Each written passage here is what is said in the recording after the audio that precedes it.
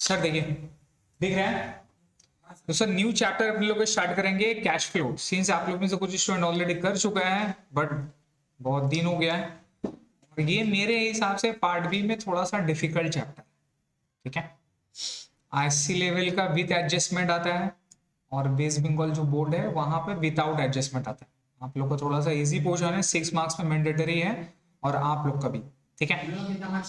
आप लोगों को भी 6 पे आता है, 4 आइदर 4 पे या तो फिर 6 पे देता है, और ये काफी बड़ा सम रहता है आप लोग का। तो सर चलिए स्टार्ट करते हैं कैश फ्लो ना। Sir what is mean by cash flow statement? तो सबसे पहले समझते हैं इसका थ्योरेटिकल एस्पेक्ट्स को कि कैश फ्लो स्टेटमेंट क्या है। तो सबसे पहला चीज अगर आप लोगों को पता होगा, फाइनेंशियल स्टेटमेंट, द वर्ड याद है, फाइनेंशियल स्टेटमेंट, रिमेंबर। तो अपने लोग पढ़े हैं कि फाइनेंशियल स्टेटमेंट्स में क्या होता है। फाइनेंशियल स्टेटमेंट का मतलब क्या है सर, बोलिए। That is final account at the end of the year पे all the accounts must have to be closed, all the nominal account must have to be closed and prepare a financial report। एक report बनाया जाता है, वो report बनाने के बाद में उसको ऑडिट किया जाता है, अटेस्टेशन होता है, फिर ऑडिट करा लेने के बाद उसको different stake holder, share holder हो गया, एम्प्लॉय हो गया, बैंक हो गया, सबको अपने लोग सेंड करते हैं, है ना। वो सेंड करने में बेसिकली क्या आता है सर, बेसिकली यहाँ पे फाइनेंशियल स्टेटमेंट का मतलब हो गया बुक्स ऑफ अकाउंट का निचोड़। एक रिपोर्ट में एक साल में आपने क्या किया, वेदर प्रॉफिट कमाया, लॉस कमाया, आपका बैलेंस शीट क्या है, नहीं है, किस बेसिस में है, कैसा है, नहीं है, वो तमाम चीज हम अपने लोग फाइनेंशियल स्टेटमेंट में रिकॉर्ड करते हैं, एज अ रिपोर्ट प्रेजेंट करते हैं, ठीक है। वो रिपोर्ट में क्या आता है, वो रिपोर्ट में सबसे पहले आता है sir profit and loss statement. क्या आता है बोलिए, प्रॉफिट एंड लॉस स्टेटमेंट। फिर दूसरा आता है बैलेंस शीट। क्या आता है सर, बैलेंस शीट।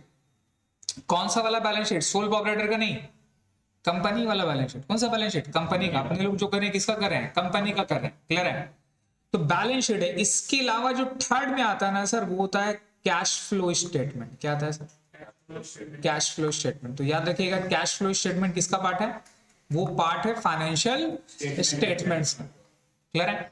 इसके अलावा इसमें और भी सर नोट्स टू अकाउंट्स भी होती है, जिसको अपने लोग बोलते हैं नोट्स टू अकाउंट्स, ठीक है। सिंस अपने लोग बैलेंस शीट किए हैं कंपनी का, रिमेंबर पूरा फॉर्मेट वाला, वो जो फॉर्मेट में जो आप नोट बनाते थे ना, नोट 1, इस तरह का जो नोट बनता था ना, वो भी हमारा फाइनेंशियल स्टेटमेंट का पार्ट है। इसके बाद एक और है statement of changes in equity. ये आप लोग का सिलेबस में है ही नहीं है। तो इसमें क्या है, बेसिकली जो भी शेयर होल्डर है, अगर मोर देन 5% अगर है, तो उसका डिटेल अपने लोग यहाँ पे मेंशन करते हैं कि अगर कोई इक्विटी शेयर चेंज हो गया, कोई खरीदा, फिर उसको बेच दिया, ट्रांसफर कर दिया, तो वो चीज हमारा स्टेटमेंट ऑफ चेंजेस में होता है, क्लियर है। नाउ हमारा जो आज का टॉपिक है वो है कैश फ्लो स्टेटमेंट। ये तो कैश फ्लो स्टेटमेंट बेसिकली किसका पार्ट है सर, बताइए, फाइनेंशियल स्टेटमेंट का। अब ये cash flow statement, PL, balance sheet, notes to account, ये सब का सब प्रिपेयर कर लेने के बाद में क्या होता है, इसका ऑडिट होता है। ये पूरा मैनेजमेंट रिप्रेजेंट कर देता है, बना देता है, बना देने के बाद अब ये करेक्ट है नहीं है, ये एक्यूरेट है नहीं है, वेदर जितना भी मैनेजमेंट अकाउंटिंग स्टैंडर्ड को फॉलो किया है कि नहीं किया है, जो भी उसका अप्लीकेबल रूल्स एंड रेगुलेशन है उसके अंदर में काम किया है कि नहीं किया है, समझ रहे हैं। ये सब कुछ चेक करने के लिए एक इंडिपेंडेंट ऑडिटर आता है। ऑडिटर क्या करेगा, ये तमाम स्टेटमेंट्स को ऑडिट करेगा, ऑडिट करके चेक एंड वेरीफाई करेगा, उसको फिर अटेस्ट करेगा, अपना ऑडिट रिपोर्ट चिपकाएगा, और ये तमाम रिपोर्ट पूरा एकजुट होकर मिलकर अपने लोग प्लस इसमें क्या आ जाता है, प्लस इसमें आ जाता है ऑडिट रिपोर्ट। ये ऑडिट रिपोर्ट सब लेके अपने लोग इसको एनुअल अकाउंट्स में, क्या बताइए, एनुअल अकाउंट्स में इसको पब्लिश कर देते हैं। क्या कर देते हैं, एनुअल अकाउंट्स में इसको पब्लिश कर देते हैं पब्लिक के लिए। और यही अकाउंट हमारा डिफरेंट स्टेक होल्डर हो गया, शेयर होल्डर हो गया, डिवेंचर होल्डर हो गया, क्रेडिटर हो गया, बैंक वाला हो गया जो फाइनेंस किया, सबको ये दे देते हैं कि देखो भैया ये हमारा फाइनेंशियल स्टेटमेंट से ये अपने लोग बनाए, क्लियर है। ये बेसिकली किस लिए दिया जाता है, to attract the new investors. जब अपने लोग किसी भी कंपनी में इन्वेस्ट करते हैं तो उसका फंडामेंटल बोले तो उसका बुक्स ऑफ अकाउंट को चेक करते हैं, इवैल्यूएट करते हैं। उसका बुक्स ऑफ अकाउंट में बेसिकली क्या चेक करेंगे, उसका पीएल चेक करेंगे कि प्रॉफिट कितना आया, प्रॉफिट लास्ट ईयर से कितना था, इस साल कितना है, अगर अच्छा हुआ तो अच्छा हुआ, राइट। अब जैसा कुछ कंपनी का अभी काफी डाउन में हो गया था बिकॉज ड्यू टू कोविड के वजह से, राइट, लेकिन कुछ कंपनी काफी प्रॉफिट भी कमाया। वो डिपेंड करता नेचर ऑफ बिजनेस। अगर रेस्टोरेंट और होटल लगाया तो भैया लॉस, खत्म, दी एंड। लेकिन अगर कोई ऑनलाइन बिजनेस कर रहा है, जैसा नेटफ्लिक्स वगैरह हो गया, ठीक है, आपका अमेजन वगैरह हो गया, उसका भी कमी है। लेकिन जो ऑनलाइन बेसिकली एक टेक वगैरह कंपनी है जो ऑनलाइन सर्विसेज प्रोवाइड कर रहा है, डिजिटल मार्केटिंग वगैरह, आपको पता पिछले 2 साल में सबसे ज्यादा इंडस्ट्री बूम कौन किया है? Online industry. एडुकेशन टेक्नोलॉजी आया, एड टेक, ये जो आपका बायजूस वगैरह हो गया, इसके अलावा अन अकेडमी वगैरह, ये काफी 1.5 साल में बूम किया। How? Because of this online thing. लोग को घर में रहना है, घर में बैठेंगे तो लोग क्या पेरेंगे? मोबाइल, एक तो झुंझुना है अपने पास और वही में लगे हुए हैं। तो जो मोबाइल में नया नया आएगा वो सब लोग कर रहे हैं। क्लियर है? तो सर यहाँ पे हमारा कैश फ्लो स्टेटमेंट जो हमारा पार्ट है ना, ये पार्ट एक्चुअल में इंटरप्रिटेशन में, किसने बताइए? Interpretation of books of account में अपने लोग रीड करेंगे cash flow. Interpretation of books of account का मतलब क्या होता है? अपने लोग बुक्स को हर एक कंपनी का चेक करके इवैल्यूएट करते हैं कि विदर कौन सा कंपनी वायबल है, कौन सा कंपनी अच्छा परफॉर्म किया, नहीं अच्छा परफॉर्म किया, राइट। उस बेसिस से अपना पैसा क्या करते हैं? उस कंपनी में लगाते हैं। तो one of the interpretation tool जो है वो कैश फ्लो स्टेटमेंट भी। क्या बताइए? Cash flow statement. जिस कंपनी के पास कैश का इनफ्लो ज्यादा है और उसका यूटिलाइजेशन भी काफी स्ट्रॉन्ग किया है, तो इसका मतलब वो कंपनी मेरा लिक्विडिटी के पॉइंट ऑफ व्यू से, मेरा कैश का पॉइंट ऑफ व्यू से क्या है? काफी स्ट्रॉन्ग है। तो अपने लोग क्या करते हैं? अगर किसी भी देखो, अगर किसी भी कंपनी में इन्वेस्ट करते हैं ना, तो 2 पॉइंट होते हैं, एक होता है लॉन्ग टर्म, एक होता है शॉर्ट टर्म। क्लियर है? अब अगर लॉन्ग टर्म पर्सपेक्टिव से आपको रखना है तो उसका लॉन्ग टर्म विजन चेक करना होगा। तो लॉन्ग टर्म में हमारा क्या आता है? रेशियो आता है, जिसको आप लॉन्ग टर्म रेशियो बोलते हैं। डेब्ट इक्विटी रेशियो है, अच्छा नहीं है, कोई लोन वगैरह लिया नहीं लिया, कोई डिस्प्यूटेड है नहीं है, ये सारा चीज लॉन्ग टर्म में मैटर करता है। लेकिन शॉर्ट टर्म के लिए आप तो लॉन्ग टर्म को नहीं ना वहां पे लिवरेज करेंगे। आपको अभी पैसा लगाना है, 6 महीना बाद, 7 महीना बाद निकाल लेना है, तो आपको तो ऐसी कंपनी में लगाना होगा जो आपको जल्द से जल्द रिटर्न दे। तो वहां पर क्या चेक करेंगे? वहां पर लिक्विडिटी पोजीशन चेक करना है, उसका कैश पोजीशन चेक करना है कि वेदर उसका कैश मैनेजमेंट सही है नहीं है, राइट। तो ये सारी चीजें अपने लोगों को कहां से मिलता है? ये मिलता है कैश फ्लो से। ठीक है।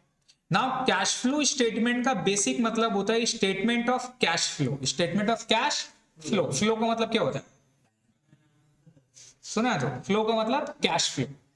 तो यहां पर कैश फ्लो में बेसिकली अपने को 2 चीज देखना है। एक इनफ्लो, क्या बताइए? इनफ्लो। इनफ्लो का मतलब पैसा आया कितना, और एक होता है कैश आउटफ्लो। क्या बोलते हैं बताइए? कैश आउटफ्लो, पैसा गया कहां पे। क्लियर है? अपने को चेक क्या करना है? पैसा आया कहां से और पैसा गया कहां पे। तो पैसा जो आता है उसको क्या बोलते हैं? इनफ्लो। मतलब जितना भी रिसिप्ट है, जितना भी रिसिप्ट है, जितना भी ऑल काइंड ऑफ रिसिप्ट है, सबको क्या बोलेंगे अपने लोग? इनफ्लो। और जितना भी पेमेंट है, और जितना भी पेमेंट है, सबको क्या बोलना है बताओ? आउटफ्लो। क्लियर है? इसको बोलना है सर आउटफ्लो। तो हम लोग को बेसिकली ये इनफ्लो माइनस आउटफ्लो, ये दोनों को लेस करके, ये दोनों को लेस करके हमें क्या पता चलता है? हमें पता चलता है नेट कैश। क्या पता चलता है बताओ? Net cash. नेट कैश या तो वो इनफ्लो हुआ, मतलब या तो वो प्लस में हुआ, या तो वो मेरा माइनस में होगा। मतलब या तो वो मेरा नेट कैश इनफ्लो होगा, या तो मेरा वो नेट कैश क्या होगा सर? आउटफ्लो होगा ड्यूरिंग द ईयर। क्या बताइए? During the year. हमको 1 साल का पूरा क्या निकालना है? हमको 1 साल का नेट कैश इनफ्लो या तो फिर आउटफ्लो निकालना। ठीक है? कितना पैसा आया, कितना पैसा गया, इज इक्वल टू क्या होगा? नेट कैश या तो इनफ्लो हुआ, प्लस में हुआ तो इनफ्लो लिखेंगे, अगर माइनस में हुआ तो आउटफ्लो लिखेंगे। क्लियर है? नाउ कैश फ्लो अपने लोग प्रिपेयर कैसे करते हैं? ठीक है, तो कैश फ्लो में बेसिकली प्रिपेयर करने का क्या है? आपको ओपनिंग बैलेंस दिया रहेगा। क्या दिया रहेगा? नाउ ओपनिंग में एक वर्ड है, ये वर्ड याद रखिएगा, कैश एंड कैश इक्विवेलेंट। क्या वर्ड है बताइए? Cash and cash equivalent. क्या बोलते हैं इसको? Cash and cash equivalent. Now ये जो मीनिंग है ना, ये मीनिंग थोड़ा सा अलग है कैश एंड कैश इक्विवेलेंट का। कैश एंड कैश इक्विवेलेंट का मतलब क्या होता है? इस मतलब को समझिएगा। कैश एंड कैश इक्विवेलेंट का मतलब क्या होता है? Cash and cash equivalent. बताए होंगे इसका मतलब? इसका मतलब इसमें सिर्फ कैश इंक्लूड नहीं है, इसमें इंक्लूड होता है कैश इन हैंड। क्या इंक्लूड होता है? ठीक है, इसमें इंक्लूड होता है कैश एट बैंक। और क्या सर? और क्या आता है? और इसमें आता है सर मार्केटेबल सिक्योरिटीज। क्या था बताइए? मार्केटेबल सिक्योरिटीज, ऐसा ऐसा सिक्योरिटी जिसको आप तुरंत फौरन मार्केटेबल कर सकते हैं, बेच सकते हैं।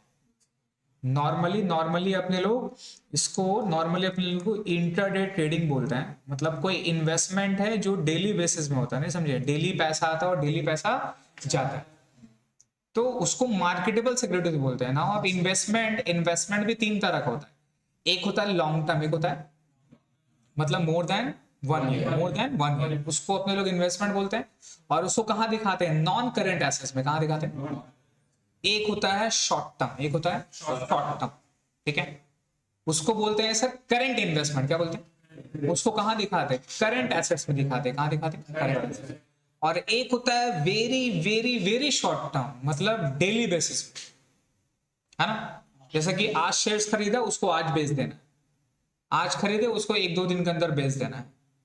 तो इस तरह का सिक्योरिटीज को अपने लोग शॉर्ट टर्म भी नहीं बोलते, अपने लोग उसको क्या बोलते हैं? Marketable securities. और इस तरह का सिक्योरिटीज हमारा कहाँ आ जाता है? कैश एंड कैश इक्विवेलेंट में आ जाता है। मतलब कंपनी के पास ऑप्शन है कि वो डेली बेसिस में भी पैसा कमा सकता है ना? लेकिन अगर कंपनी को पैसा का जरूरत पड़ेगा तो वो सिक्योरिटीज को क्या करेगा? बेच के वो खर्चों को पूरा कर सकता है। तो ऐसा सिक्योरिटीज को मार्केटेबल सिक्योरिटीज बोलते हैं। क्लियर है? तो याद रखिएगा, ये मतलब होता है cash in hand, cash at bank, और मार्केटेबल सिक्योरिटीज जोड़ के होता है कैश एंड कैश इक्विवेलेंट। तो आपने लोग क्या करते हैं? Basically opening cash and cash equivalent को ये नेट कैश जितना मेरा आया साल भर उसके साथ ऐड कर देते हैं। And this must be equal to, ये इक्वल टू होना चाहिए, बताइए क्या? ये इक्वल टू होगा closing cash and cash equivalent. क्या बताइए? Closing cash and cash equivalent, यही हमारा फार्मूला है।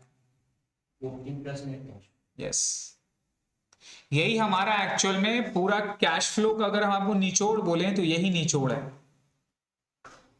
ये opening cash and cash equivalent आपको क्वेश्चन में गिवन दिया रहेगा। अपने को निकालना क्या है? अपने को बेसिकली नेट कैश इनफ्लो निकालना है, और ये इक्वल टू होना चाहिए किसका? क्लोजिंग का।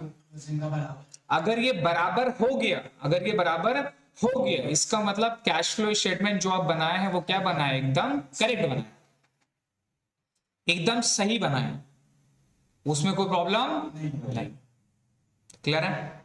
एग्जाम्पल के तौर पे मेरा ओपनिंग में total cash and cash equivalent 10,000 था। कितना था? 10,000 था। क्लोजिंग में मेरा टोटल 50,000 रुपया। तो बताओ साल भर मैंने कमाया कितना? ये 40,000 पैसा आया या पैसा गया? आया। तो क्या बोलेंगे? Net cash inflow during the year, या फिर net cash outflow during the year? Inflow during the year. तो यहां पर प्लस क्या हो जाएगा? 40,000। तो 10,000 में 40,000 ऐड कर देंगे तो इक्वल टू कितना आ जाएगा? 50,000। क्लियर है? तो हमें निकालना बेसिकली क्या है? ओपनिंग क्वेश्चन में गिवन दे रहेगा, क्लोजिंग से मैच करना है। तो हमें जो निकालना है वो निकालना है दिस, नेट कैश इनफ्लो या आउटफ्लो निकाल। क्लियर हो गया? समझ में आ रहा है? नाउ अब ये net cash inflow and outflow निकालने के लिए अपने को यहाँ पे 3 पार्ट में इसको डिवाइड किया गया है। कितना पार्ट में? 3 पार्ट में डिवाइड किया। ठीक है? Based on the different activities of the management, this net cash inflow can be arrange from 3 different activities. मतलब ये जो कैश इन और आउट है आप 3 एक्टिविटीज से ही कर सकते हैं, ये मैनेजमेंट डिफाइन कर दिया। तो ये बोलता है कि ये एक्टिविटीज बेसिकली 3 है। ठीक है? वो 3 में सबसे पहले जो आता है सर उसको बोलते हैं ऑपरेटिंग एक्टिविटीज। कौन सा एक्टिविटीज? Operating activities. आप लोग शायद सुने हैं, पढ़े हैं, ऑपरेटिंग एक्टिविटीज। फिर जो दूसरा में जो आता है सर, वो दूसरा में आता है, वो आता है फाइनेंसिंग एक्टिविटीज। क्या आता है सर? Financing activities. क्लियर है? अच्छा, दूसरा में अपने लोग इन्वेस्टिंग डालते हैं, फाइनेंसिंग थर्ड में लिखेंगे। इन्वेस्टिंग एक्टिविटीज, ठीक है। और फिर यहां पर आएगा सर, और यहां पर क्या आता बताइए, फाइनेंसिंग एक्टिविटीज। अब हमारा दर्द चालू, क्लियर है। तो हम लोग को कैश फ्लो स्टेटमेंट में बेसिकली निकालना क्या है, नेट कैश इनफ्लो या आउटफ्लो निकालना ड्यूरिंग द ईयर। और ये कैसे निकलता है, ये निकलता है ऑपरेटिंग एक्टिविटीज, इन्वेस्टिंग एक्टिविटीज या फिर फाइनेंसिंग एक्टिविटीज, ठीक है। अब ये तीनों एक्टिविटीज का मतलब समझिएगा ना, तो इसमें क्या क्या आता है वो क्लियर हो जाएगा। ऑपरेटिंग एक्टिविटीज का मतलब होता है base on operation, base on operation, काम करके, जिस चीज का मैंने बिजनेस किया है, जिस चीज का मैंने बिजनेस किया है वहां से मेरे पास पैसा आ रहा है। कहां से पैसा आ रहा है, ऑपरेशन से। अगर हम साड़ी का जो काम करते हैं, मेरा साड़ी का धंधा है, तो बाजी लोग को जो साड़ी पहना है मैंने, समझ में आ रहा है, उससे जो पैसा मेरे पास आ रहा है उसको क्या बोलेंगे, ऑपरेटिंग एक्टिविटीज। समझ में आ रहा था, बाजी बोल दिया, प्लीज आप लोग बुरा मत मानिएगा, ठीक है। तो sir base on the operation मतलब क्या है, जो मेन बिजनेस है, जो आपका कोर बिजनेस है, उससे जो पैसा आप कमा रहे हो, अर्न कर रहे हो, उसको क्या बोलते हैं, ऑपरेटिंग एक्टिविटीज, क्लियर है। इन्वेस्टिंग का मतलब क्या होता है, जो आपका आइडियल मनी है, ठीक है, उसको आप इन्वेस्ट करके जो आप पैसा कमाते हैं, जो डिविडेंड आता है, इंटरेस्ट वगैरह आता है इन्वेस्टमेंट के ऊपर में, वो एक्टिविटीज कहां जाता है, वो जाता है इन्वेस्टमेंट एक्टिविटीज, क्लियर है। अपने लोग करेंगे अच्छे से। फाइनेंसिंग एक्टिविटीज का मतलब हो गया जो पैसे मांग के, क्या करके, मांग के।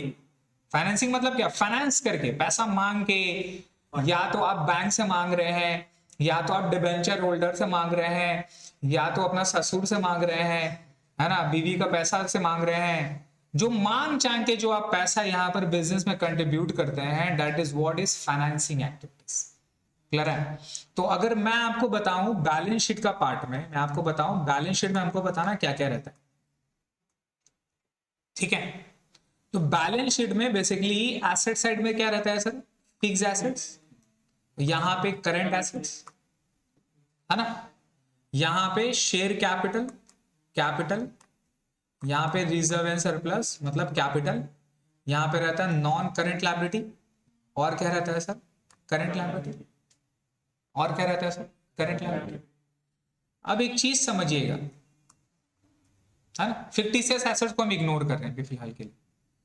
जो फिक्स्ड एसेट से मेरा रिलेटेड है, किससे रिलेटेड है, फिक्स्ड एसेट से जो मेरा रिलेटेड है, अगर यहां पे कोई भी परचेज होता है, कोई भी सेल होता है, तो यहां से जो भी अगर परचेज या सेल होगा, जो भी इनफ्लो होगा कैश का, वो जाएगा इन्वेस्टमेंट एक्टिविटीज। कहां जाएगा बताइए, इन्वेस्टमेंट एक्टिविटीज। तो अगर फिक्स्ड एसेट से कोई रिलेटेड रहा, इन्वेस्टमेंट भी इंक्लूड है इसमें। इन्वेस्टमेंट कौन सा इन्वेस्टमेंट, लॉन्ग टर्म या शॉर्ट टर्म, लॉन्ग टर्म। तो इन्वेस्टमेंट से रिलेटेड है, फिक्स्ड एसेट से रिलेटेड है, उससे आप पैसा कमा रहे हैं, इंटरेस्ट कमा रहे हैं, इन्वेस्टमेंट कर रहे हैं, इन्वेस्टमेंट बेच दिए, एसेट्स खरीद रहे हैं, एसेट्स बेच रहे हैं। तो ये सारा जो एक्टिविटी से जो पैसा इन एंड आउट हो रहा है, वो आप कहां डालोगे, इन्वेस्टमेंट एक्टिविटीज। क्लियर हो गया। इसके अलावा फाइनेंसिंग एक्टिविटीज में आता है share capital and non current liability, यानी क्या बताइए, नॉन करंट लायबिलिटी। तो सर शेयर कैपिटल और नॉन करंट लायबिलिटी से आप अगर जो भी पैसा इन कर रहे हैं, जो भी आउट कर रहे हैं, वो कहां जाएगा, वो जाएगा फाइनेंसिंग एक्टिविटीज में। कहां बताइए, फाइनेंसिंग एक्टिविटीज, ठीक है, ये जाता है फाइनेंसिंग एक्टिविटीज में। इन्वेस्टमेंट का अगर हम एग्जांपल करें, तो पैसा इन कैसे होता है, sale of investment, sale of fixed assets, यही मेरा इन है। इसके अलावा इन्वेस्टमेंट किए तो इंटरेस्ट आता है, इंटरेस्ट ऑन इन्वेस्टमेंट। अगर किसी दूसरा कंपनी का इक्विटी शेयर्स आप खरीद के रखे हैं, वो भी तो इन्वेस्टमेंट है। उससे जो पैसा मिलता है उसको इंटरेस्ट से बोलते हैं, डिविडेंड बोलते हैं। वो क्या हुआ, डिविडेंड रिसीव हुआ। एक डिविडेंड पेड होता है, एक डिविडेंड रिसीव होता है। डिविडेंड रिसीव किसके ऊपर मिलता है, इन्वेस्टमेंट के ऊपर। बात समझ में आ रहा है। अगर आप एफडी में पैसा लगाएं तो उसको फिक्स डिपॉजिट बोलते हैं, क्या बोलते हैं, उससे इंटरेस्ट मिलता है, तो वो हमारा इन्वेस्टमेंट एक्टिविटीज है। वो मेरा इनफ्लो कहां होगा, इन्वेस्टमेंट में। इसी तरह से किसी दूसरा कंपनी का आप शेयर्स में पैसा लगाएं तो वो भी तो इन्वेस्टमेंट है, लेकिन वहां से जो आपको पैसा रिटर्न में मिलता है हर साल, वो क्या है, इंटरेस्ट नहीं है, उसको डिविडेंड बोलते हैं। उसके लिए डिविडेंड पेड है, अपने लिए क्या है, वो डिविडेंड रिसीव है, तो अपने लिए वो कहाँ है, इन्वेस्टमेंट में जाता है। इन शॉर्ट में अगर अगर इन्वेस्टमेंट मेरा इन्वेस्टमेंट एक्टिविटीज में जाएगा तो उसका इंटरेस्ट भी कहां जाएगा, इन्वेस्टमेंट एक्टिविटीज में जाएगा। इन शॉर्ट में बाप जहां जाएगा भैया, बेटा और बेटी भी दोनों वहीं जाएगा। ठीक है, बेटी आगे कहीं और चल जाती है, वो बात का बात है, अभी तो साथ में चल। देखिए उस तरह से शेयर कैपिटल, अपने को पैसा का जरूरत है तो मार्केट में शेयर इशू करेंगे, ठीक है, फाइनेंस का पार्ट है, पैसा ला रहे हैं भैया।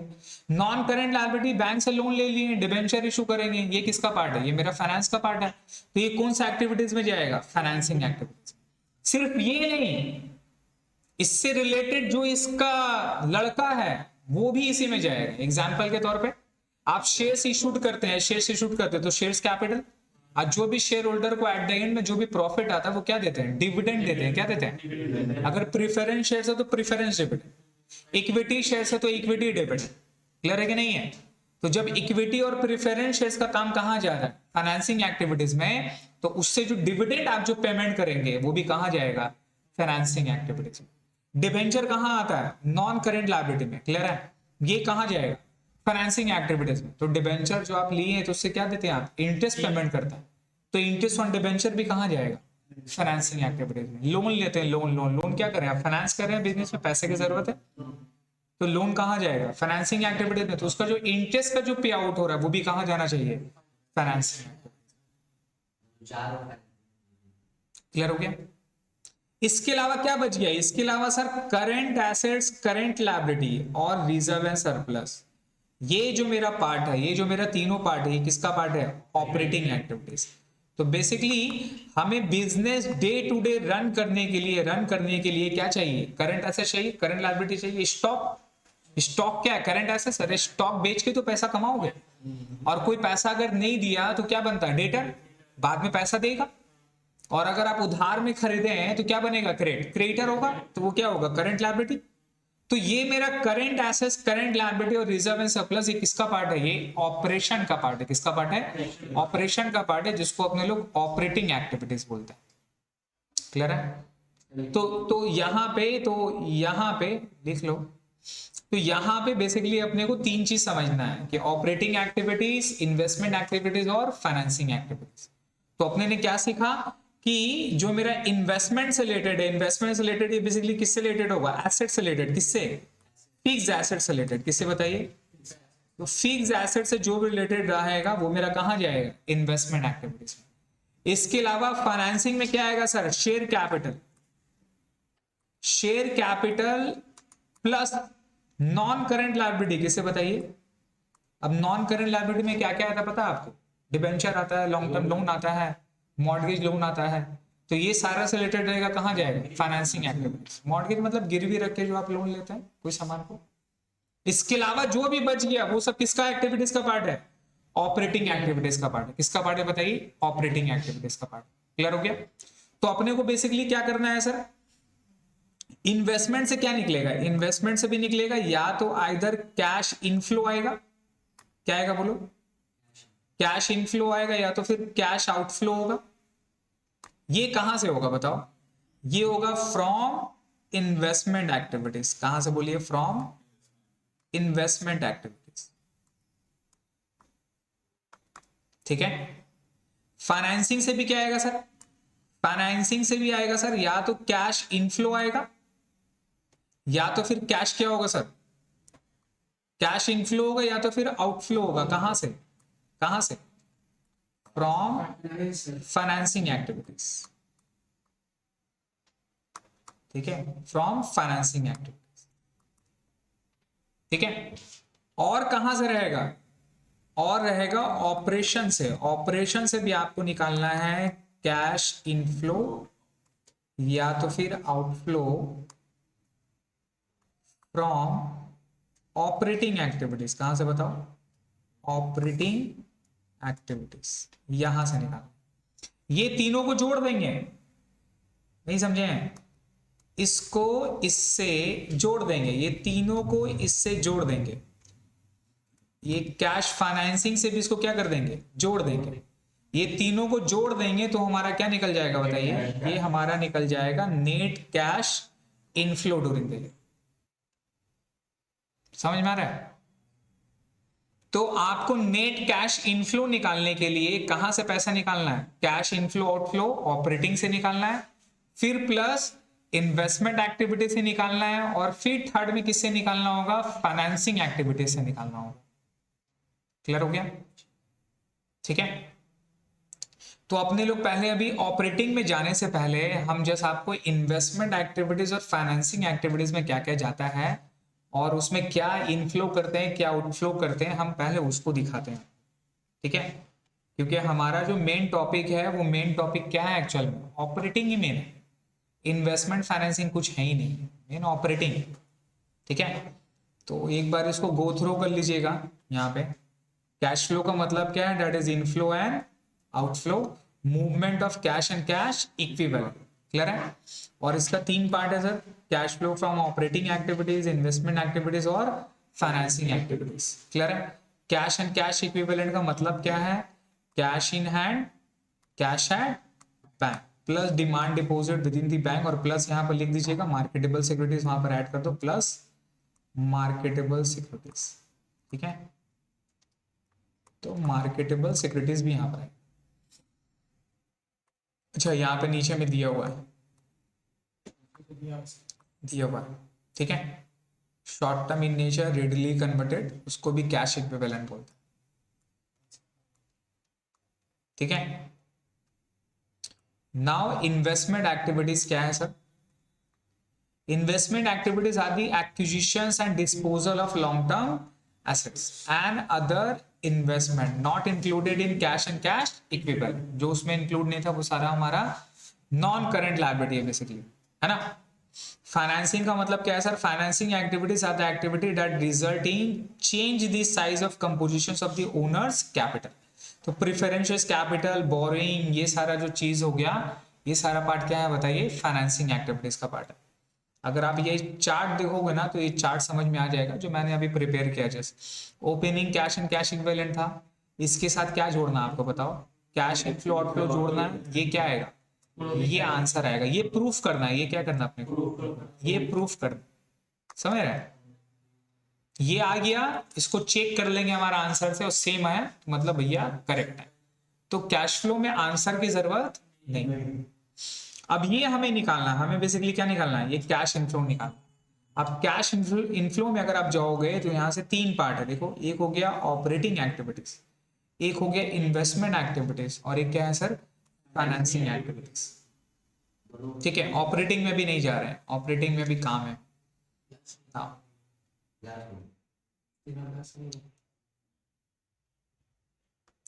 इन्वेस्टमेंट एक्टिविटीज भाई पढ़िए चीज। तो cash flow from investment activities are the acquisition and disposal of long term assets and other investment, है ना। In other words, investment include transactions and event that involve the purchase and sales of long term assets. Assets and assets को जो अगर आप बेच रहे हैं, खरीद रहे हैं, तो वो एक्चुअल में कहां कवर होता है, इन्वेस्टमेंट एक्टिविटीज में कवर होता है। ठीक है, आप अगर नीचे देखोगे तो ये नीचे में ये आपको याद रखना है। तो इन्वेस्टमेंट एक्टिविटीज में बेसिकली क्या है, कैश इनफ्लो क्या है, सेल ऑफ फिक्स एसेट, मतलब ये प्लस है, समझ रहे ना, और ये क्या है, ये माइनस। तो सेल ऑफ फिक्स एसेट्स ये कहां जाएगा, कैश इनफ्लो कहां दिखाओगे आप, इन्वेस्टमेंट एक्टिविटीज में। सेल ऑफ इन्वेस्टमेंट, ये भी मेरा इन्वेस्टमेंट एक्टिविटीज का क्या है, इनफ्लो, पैसा आता है ना सर। अरे इनफ्लो का मतलब क्या हो गया, रिसीव, और आउटफ्लो का मतलब पेमेंट। तो जब एसेट्स बेचेंगे तो क्या आएगा, पैसा आएगा, तो इनफ्लो में दिखाएंगे। और इसके अलावा क्या मिलता है, इंटरेस्ट रिसीव मिलेगा, और क्या मिलेगा, डिविडेंड रिसीव। क्या लिखेंगे, तो याद रखिएगा डिविडेंड रिसीव अपने लोग कहां दिखाते हैं, कहां दिखाते हैं, इन्वेस्टमेंट एक्टिविटीज में दिखाते हैं। और आउटफ्लो में क्या रहेगा, दो ही चीज खरीदना, तो क्या खरीदेंगे, या तो एसेट्स खरीदेंगे या तो इन्वेस्टमेंट खरीदेंगे। तो ये दोनों आप कहां दिखाओगे सर, इन्वेस्टमेंट एक्टिविटीज का आउटफ्लो में दिखाओगे। तो बेसिकली ये सबको जोड़ लेना है और इसको भी जोड़ लेना है, और इससे क्या कर देना है, लेस कर देना। लेस करके जो मेरा आएगा यही क्या है, या तो इनफ्लो होगा या तो फिर आउटफ्लो होगा कहां से, इन्वेस्टमेंट एक्टिविटीज से। क्लियर हो गया इसका।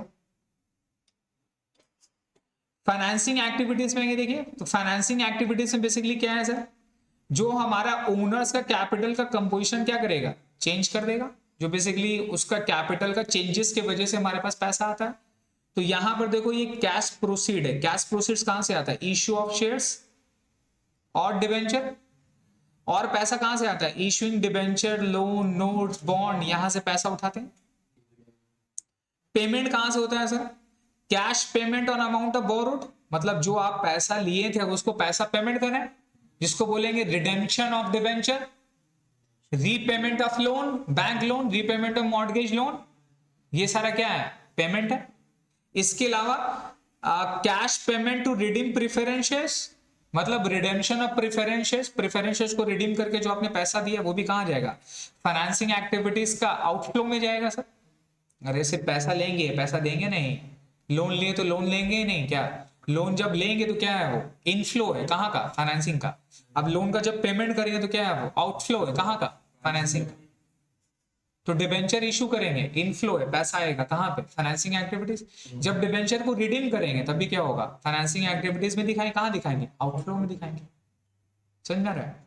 इसके अलावा cash payment on equity and preference dividend, तो अगर इक्विटी डिविडेंड बोला, प्रीफरेंस डिविडेंड बोला, फाइनल डिविडेंड बोला, प्रपोज डिविडेंड बोला, कहां दिखा देंगे, फाइनेंसिंग एक्टिविटीज में। कहां दिखा देंगे, फाइनेंसिंग एक्टिविटीज में। कहां पे, आउटफ्लो में, पेमेंट करेंगे। लेकिन अगर डिविडेंड रिसीव बोला है तो वो इनफ्लो, और कहां पे इनफ्लो दिखाएंगे, इन्वेस्टमेंट एक्टिविटीज में सर। आप डिबेंचर अपने इशू किए, आप शेयर्स इशू किए, तो आपके लिए तो फाइनेंसिंग है। आप डिविडेंड पेमेंट करेंगे तो आपके लिए तो फाइनेंसिंग एक्टिविटीज का खर्चा है वो। लेकिन जो अगला पैसा लगाया है उसका थोड़ी ना फाइनेंसिंग, वो तो इन्वेस्टमेंट है, उसके लिए क्या है, इन्वेस्टमेंट है। आप डिविडेंड पेमेंट करेंगे, आपके लिए डिविडेंड एक्सपेंस है, फाइनेंसिंग में दिखाएंगे।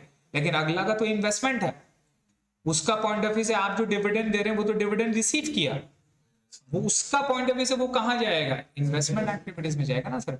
तो डिविडेंड रिसीव कहां दिखाते हैं, इन्वेस्टमेंट एक्टिविटीज में। डिविडेंड पेड कहां दिखाते हैं, फाइनेंसिंग एक्टिविटीज। याद रहेगा। Cash payment for interest on debenture, तो डिबेंचर का इंटरेस्ट भी कहां पे दिखाते हैं सर, फाइनेंसिंग एक्टिविटीज। क्लियर हो गया।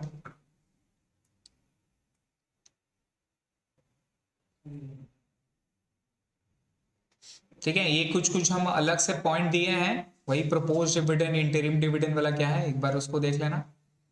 हम बेसिकली फॉर्मेट में आते हैं, आप लोग का इन्वेस्टमेंट का फॉर्मेट में आते हैं। ये देखिए, ये अभी हम इन्वेस्टमेंट और फाइनेंसिंग में आ रहे हैं। हाँ, ये देखो इस तरह से इन्वेस्टमेंट का और फाइनेंसिंग का फॉर्मेट अपने लोग करते हैं। यहाँ क्या लिखा, नंबर 2, नंबर 1 में ऑब्वियसली क्या होगा, ऑपरेटिंग, उसमें आते हैं अपने लोग बाद में। तो ये क्या है सर, ये है cash flow from investment activities. क्या क्या देखिए इन्होंने, जितना भी ऐड वाला पोर्शन था सब ऐड कर दिया है ना। Proceed from sale of fixed assets, proceed from sale of investment, proceeds from sale of intangible assets, interest and dividend receive. अब ये नॉन फाइनेंशियल कंपनी, अब नॉन फाइनेंशियल कंपनी का मतलब क्या हो गया, बैंकिंग कंपनी, इंश्योरेंस कंपनी, वो लोग के लिए इंटरेस्ट और वो सारा क्या है, मेन इनकम है। बैंकिंग के लिए मेरा इंटरेस्ट क्या है, फाइनेंसिंग है या ऑपरेटिंग है, ऑपरेटिंग है। ये भैया बैंक किसमें डील करता है, इंटरेस्ट में डील करता है। तो अगर कोई फाइनेंसिंग कंपनी रहा तो उसके लिए इंटरेस्ट और डिविडेंड ये सारा चीज क्या है, ऑपरेटिंग है। तो अपने लोग जो भी क्वेश्चन करेंगे वो एज्यूम करते हैं कौन सा कंपनी होगा, नॉन फाइनेंशियल कंपनी। कौन सा कंपनी, मतलब नॉर्मल बिजनेसमैन के लिए, बैंकिंग कंपनी के लिए नहीं मानेंगे। बैंकिंग मानेंगे तो इंटरेस्ट और ये सब में लोचा हो जाएगा, बिकॉज वो सब कहां चल जाएगा, ऑपरेटिंग में चल जाएगा। समझ रहे ना नेचर ऑफ बिजनेस के ऊपर में। तो हम लोग जो भी एज्यूम करेंगे वो क्या है, नॉन फाइनेंशियल कंपनी। तो नॉन फाइनेंशियल कंपनी के लिए इंटरेस्ट और डिविडेंड क्या होता है, इन्वेस्टमेंट में जाएगा।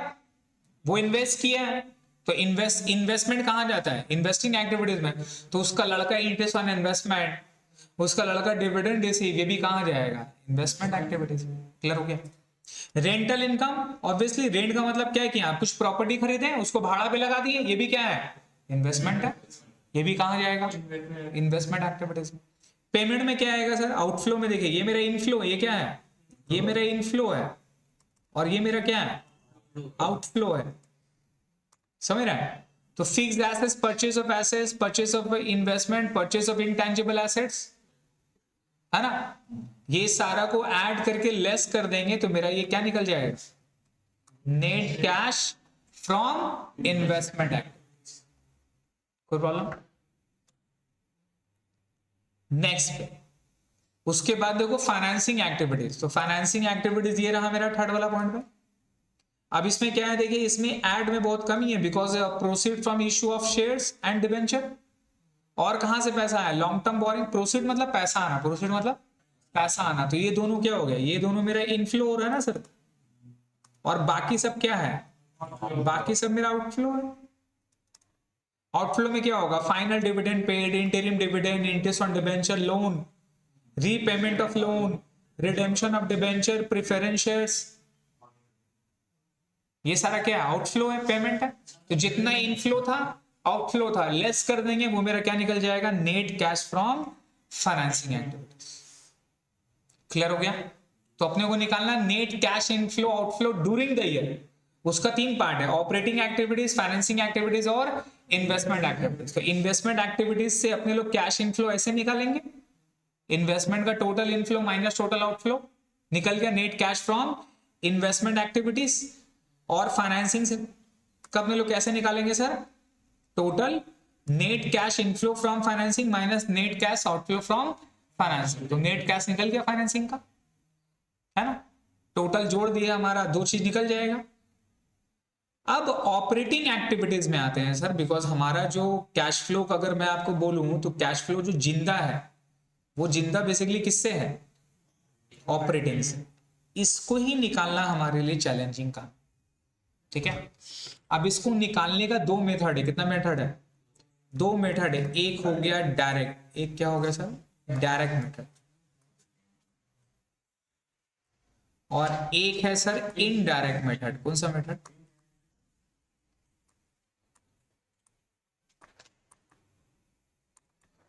ठीक है। डायरेक्ट और इनडायरेक्ट में मैं आपको बताऊं सिंपल सा बात, मैं आपको ऐसे करके बता रहा हूं कि टोटल 10 रुपया मैंने खर्चा किया, उसमें से नॉन ऑपरेशन का खर्चा मेरा 4 रुपया, तो ऑपरेशन का खर्चा मेरा कितना रुपया हुआ, 6 रुपया हुआ। हम तो ऐसे बोल सकते थे कि भैया मेरा ऑपरेशन का खर्चा डायरेक्टली कितना रुपया, 6 रुपया है। तो अगर हम 6 रुपया डायरेक्टली बोल रहे हैं, 6 रुपया मेरा ऑपरेशन का खर्चा, ऑपरेशन का खर्चा मेरा 6 रुपया, ये डायरेक्ट हो गया। ये 6 रुपया हम एक दूसरा तरह से भी निकाल सकते हैं। कैसे, टोटल मेरा खर्चा कितना था, 10 रुपया, उसमें से नॉन ऑपरेशन का खर्चा कितना हो गया, 4 रुपया। तो बताओ मेरा ऑपरेशन का खर्चा कितना होगा, 6 रुपया। तो इनडायरेक्ट मेथड बेसिकली क्या है, total minus non operation, total minus non operation. Total 10 रुपया है, इससे माइनस कर देंगे 4 रुपया, तब भी क्या आएगा, 6 रुपया। तो डायरेक्ट का मतलब हो गया डायरेक्ट, और इनडायरेक्ट का मतलब घुमा के भैया वही जगह में पहुंचना, that is what indirect means. Clear है? तो एक डायरेक्ट मेथड और एक इनडायरेक्ट मेथड है, दोनों मेथड आप लोगों को सीखना है। आप लोग को करना एग्जाम में इनडायरेक्ट मेथड ही है,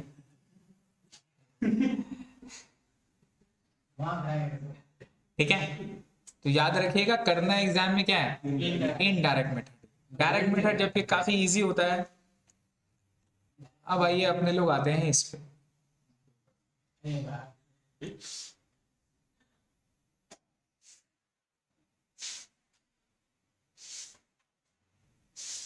देखिए 2 मेथड था सर, एक था डायरेक्ट और एक था इनडायरेक्ट। ये यहां पे देखिए, यहां पे लिखा हुआ है। आपको करना क्या है, इनडायरेक्ट, इसको नहीं करना है, आपको करना है सर डायरेक्ट है, इनडायरेक्ट मेथड पे। नाउ डायरेक्ट मेथड अपने लोग सीखते हैं। तो बेसिकली ऑपरेटिंग एक्टिविटीज में इनफ्लो क्या होता है और आउटफ्लो क्या होता है। तो इनफ्लो बेसिकली क्या होता है sir, cash sales. Cash sales, अरे बेचेंगे तो 2 तरह का है, एक हो गया कैश और एक हो गया क्रेडिट। कैश सेल्स में तो इमीडिएट पैसा आ जाता है, क्रेडिट सेल्स में पैसा आता है क्या, तो उसमें कैश जनरेट तो नहीं होता है ना। आपको कैश का सिर्फ पॉइंट ऑफ व्यू से सोचना है। तो कैश कब मिलता है? जब डेटर से पैसा मिलता है। तो cash receive from data. Third में क्या है? Cash receive from commission, fees, royalties. In short में जितना भी मेरा कैश इनकम है, हम क्या बोलेंगे? कैश इनकम है। जो भी मेरा इनकम हो रहा है कैश में, वो सारा क्या हो गया सर? इनफ्लो। और जो मेरा आउटफ्लो, आउटफ्लो में क्या करेंगे? Cash purchase. इसी का उल्टा समझो, payment to creditor. Operating expenses, कौन सा खर्चा? Cash operating expenses, payment of wages, income tax, ये सारा क्या हो गया? आउटफ्लो हो गया। तो डायरेक्ट मेथड तो बहुत इजी था, ये टोटल इनफ्लो को जोड़ देते हैं और ये टोटल आउटफ्लो को माइनस कर देते हैं, मेरा निकल जाता नेट कैश इनफ्लो आउटफ्लो। कौन सा मेथड में? ऑपरेटिंग में। तो जैसा इन्वेस्टमेंट किए, जैसा फाइनेंसिंग किए, वैसा तो ये भी हो जाता, ऐसा नहीं है ना। फाइनेंसिंग एक्टिविटीज में ये वाली पॉइंट एक्स्ट्रा है, इसको देख लेना। फाइनेंसिंग में क्या होता है sir? Cash receive, interest, dividend, ये सब भी क्या है? फाइनेंसिंग में आता है। आप इसको इग्नोर कर सकते हो क्योंकि हमारा सिलेबस में फाइनेंशियल कंसर्न का हमारा एग्जाम पे नहीं आने वाला, ठीक है आप लोग का भी। नाउ देखो डायरेक्ट मेथड में कितना आराम से बन जाता। कैश सेल्स, वही जो ऊपर में बताया, collection from trade receivables, direct operating income, कोई भी ऑपरेटिंग इनकम है सबको जोड़ दिए। खर्चा में क्या होता है? Cash payment, payment to trade payable, operating expenses, ये लेस करके ये मेरा आता। टैक्स पेड अपने लोग क्या कर देते हैं? लेस कर देते। एक्स्ट्रा ऑर्डिनरी कभी मिलेगा नहीं, तुम लोग सबको मानता है कि तुम लोग ऑर्डिनरी हो। एक्स्ट्रा ऑर्डिनरी सिर्फ एक्चुअल में मिलेगा बुक्स में, यहाँ तुम लोग का क्वेश्चन में एक्स्ट्रा ऑर्डिनरी आइटम नहीं देगा। बोले नहीं बाबा, नया नया लड़का लोग एक्स्ट्रा ऑर्डिनरी चीज नहीं देंगे तो हिल जाएगा, ठीक है। तो ये मेरा निकल के आ जाता है sir cash from operating activities, ठीक है। बट ऐसे अपने को नहीं करना, अपने को करना क्या है सर? अपने को करना है इनडायरेक्ट मेथड। तो इनडायरेक्ट मेथड में बेसिकली अपने लोग प्रॉफिट के साथ इवैल्यूएट करते हैं। किसके साथ? प्रॉफिट के साथ, ठीक है। ये नेट प्रॉफिट आपको क्वेश्चन में निकालना है, ये दिया हुआ रहता है। ये अगर नहीं दिया रहेगा तो कैसे निकालेंगे? Closing minus opening. कैसे निकालते हैं बताओ? मतलब सरप्लस पीएल का ओपनिंग बैलेंस दिया रहता है और क्लोजिंग बैलेंस दिया रहता है। अगर क्लोजिंग बैलेंस ओपनिंग से ज्यादा है इसका मतलब क्या है? प्रॉफिट है। नहीं समझे? ओपनिंग में सरप्लस अकाउंट में गिवन था 10,000, क्लोजिंग में सरप्लस अकाउंट में 90,000 रुपए। इसका मतलब साल में मैंने क्या किया? प्रॉफिट कमाया, लॉस कमाया? प्रॉफिट कमाया। तो यहाँ पे क्वेश्चन प्रॉफिट से स्टार्ट होगा 80,000 से, क्लियर है। तो ये प्रॉफिट यहां बैठाएंगे। अब इसमें देखो अपने को क्या निकालना है? अपने को निकालना है ऑपरेटिंग आइटम का निकालना है। क्या निकालना है? ऑपरेटिंग आइटम का। अब ऑपरेटिंग आइटम कैसे निकलता है? ये जो नेट प्रॉफिट, अगर आप लोग पीएल अकाउंट बनाए होंगे, याद किए होंगे, तो सब खर्चा लेस हो जाता है। चाहे ऑपरेटिंग बोलो, नॉन ऑपरेटिंग बोलो, सब खर्चा लेस होता है कि नहीं? तो यहां पे जो मेरा नॉन ऑपरेटिंग एक्सपेंसेस है वो भी तो लेस हो गया होगा। यहां पे जो मेरा ऑपरेटिंग एक्सपेंसेस है वो भी लेस हो गया है ना। तो अपने को सिर्फ क्या लेस करना था? अपने को सिर्फ लेस करना था ऑपरेटिंग आइटम लेस करना था, लेकिन इसमें तो दोनों ही लेस कर दिया है। तो अपने को क्या करना होगा? जो मेरा नॉन ऑपरेटिंग एक्टिविटीज है वो मेरा दोबारा क्या करना होगा? ऐड करना। क्या करना होगा सर? ऐड करना। एग्जाम्पल के तौर पे अगर हम ऐसे करके बोले कि मान लो मेरा टोटल प्रॉफिट 10 रुपया था। कितना रुपया था? 10 रुपया था।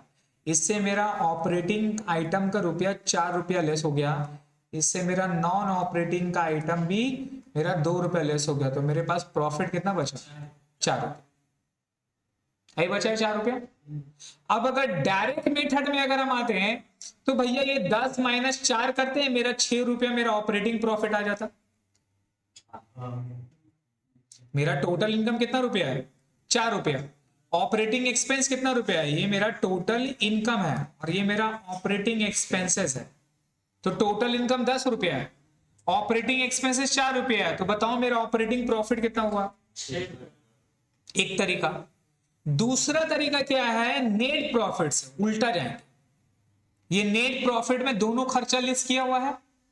अगर अपने लोग को सिर्फ ऑपरेटिंग प्रॉफिट निकालना है तो जो मेरा नॉन ऑपरेटिंग ऑलरेडी लेस किया हुआ है वो दोबारा क्या करना होगा? ऐड कर देंगे, तब भी कितना आ जाएगा? समझ में? तो अपने को ये मेथड फॉलो करना। तो हम लोग को क्या करना है सर, नेट प्रॉफिट से जो भी मेरा नॉन ऑपरेटिंग एक्सपेंस है वो क्या हो जाएगा, ऐड हो जाएगा। क्या हो जाएगा, ऐड हो जाएगा। और जो भी मेरा नॉन ऑपरेटिंग इनकम है वो तो ऐड किया हुआ है, उसको क्या कर देंगे, लेस कर देंगे। क्या कर देंगे सर, लेस कर देंगे। सिंपल सा बात है भाई साहब, क्लियर है। नॉन ऑपरेटिंग और प्लस नॉन कैश, प्लस क्या बताइए, नॉन कैश, बिकॉज अपने को कैश चाहिए। यहाँ पे तो कैश वाला खर्चा केवल लेस करना था, नॉन कैश वाला लेस नहीं करना चाहिए था। तो नॉन कैश वाला भी आइटम क्या हो जाएगा, ऐड हो जाएगा। क्या हो जाएगा सर, ऐड हो जाएगा। इसलिए डेप्रिसिएशन जो है, डेप्रिसिएशन जो है वो मेरा ऑपरेटिंग एक्टिविटीज में आता है, लेकिन वो मेरा नॉन कैश आइटम है। कौन सा आइटम है, मतलब देखिए कैश और नॉन कैश में क्या कर रहे हैं सब, वेजेस।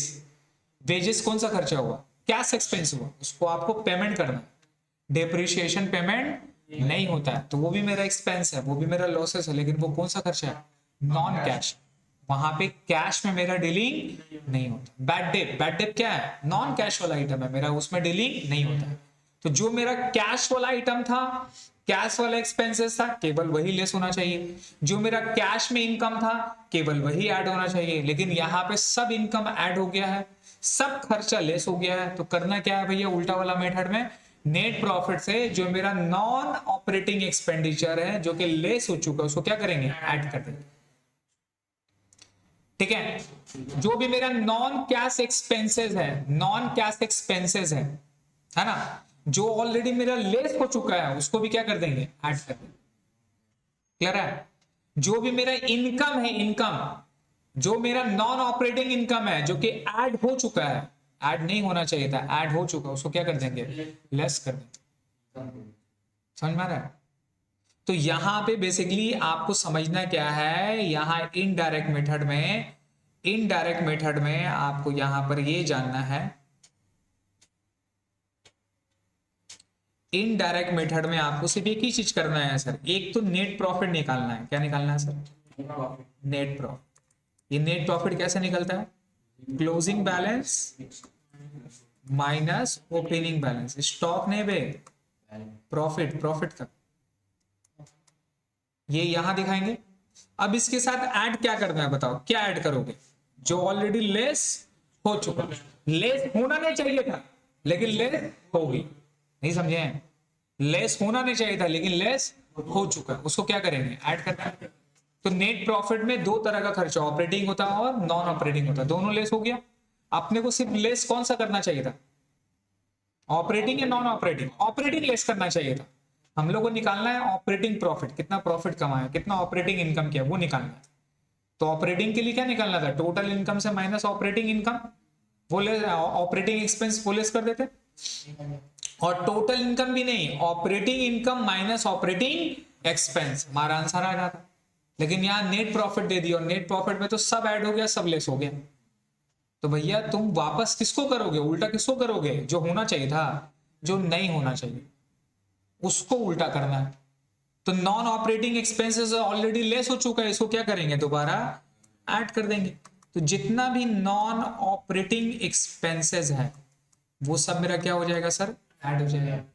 इसके अलावा यहां मेरा खर्चे में भी दो कैटेगरी है, कैश एक्सपेंसेस और नॉन कैश एक्सपेंसेस, दोनों ही लेस हो गया, बट अपने को तो सिर्फ कैश वाला खर्चा निकालना है, कैश वाला प्रॉफिट निकालना है। तो जितना भी नॉन कैश एक्सपेंडिचर है एंड लॉसेस वो सारा भी क्या हो जाएगा सर, ऐड हो जाएगा। चीज समझ रहे हो, क्लियर हो गया। और इनकम में अब चलते हैं, इनकम में भी तो सब इनकम ऐड हो गया है ना, मतलब तुम रेंटल इनकम भी ऐड कर दिया, तुम डिविडेंड रिसीव भी ऐड कर दिया, तुम इंटरेस्ट ऑन इन्वेस्टमेंट भी ऐड कर दिया, लेकिन वो सब तो नहीं आता है यहाँ पे। इंटरेस्ट इन्वेस्टमेंट कहाँ जाता है, इन्वेस्टमेंट एक्टिविटीज में। डिविडेंड रिसीव कहाँ जाता है, इन्वेस्टमेंट एक्टिविटीज में। वो सारा तो यहाँ ऐड नहीं होगा, लेकिन यहाँ तो ऐड किया हुआ है, तो क्या करना होगा, वो सारा चीज को लेस करना होगा। तो नॉन ऑपरेटिंग इनकम को भी क्या कर देंगे, लेस कर देंगे, समझ रहे हैं। और क्या लेस होगा sir, non cash income and profit, और जो भी प्रॉफिट वगैरह है, जो भी प्रॉफिट वगैरह, profit on sale of assets, loss on sale of assets, वो सारा क्या हो जाएगा, सबका सब लेस हो जाएगा, ये लेस कर देंगे। अब इसके अलावा कुछ और भी होगा, कुछ ऐसा खर्चा होगा जो कि रिकॉर्ड नहीं हुआ था तो उसको लेस कर देना है, कुछ ऐसा इनकम है, ऑपरेटिंग इनकम है जो कि रिकॉर्ड नहीं हुआ था उसको ऐड कर देना है। तो कुछ भी एरर हो गया, कुछ भी एरर वगैरह हो गया तो एरर को क्या कर देंगे, ठीक कर देंगे, ये हमारा आ जाएगा। क्लियर है? तो अपने को सबसे पहले ऑपरेटिंग प्रॉफिट निकालना है। क्या निकालना है? और ऑपरेटिंग प्रॉफिट कैसे निकलता है? नेट प्रॉफिट के साथ जितना भी मेरा नॉन ऑपरेटिंग एक्सपेंस और नॉन कैश एक्सपेंसेस लॉसेस है वो सारा क्या हो जाएगा, ऐड हो जाएगा।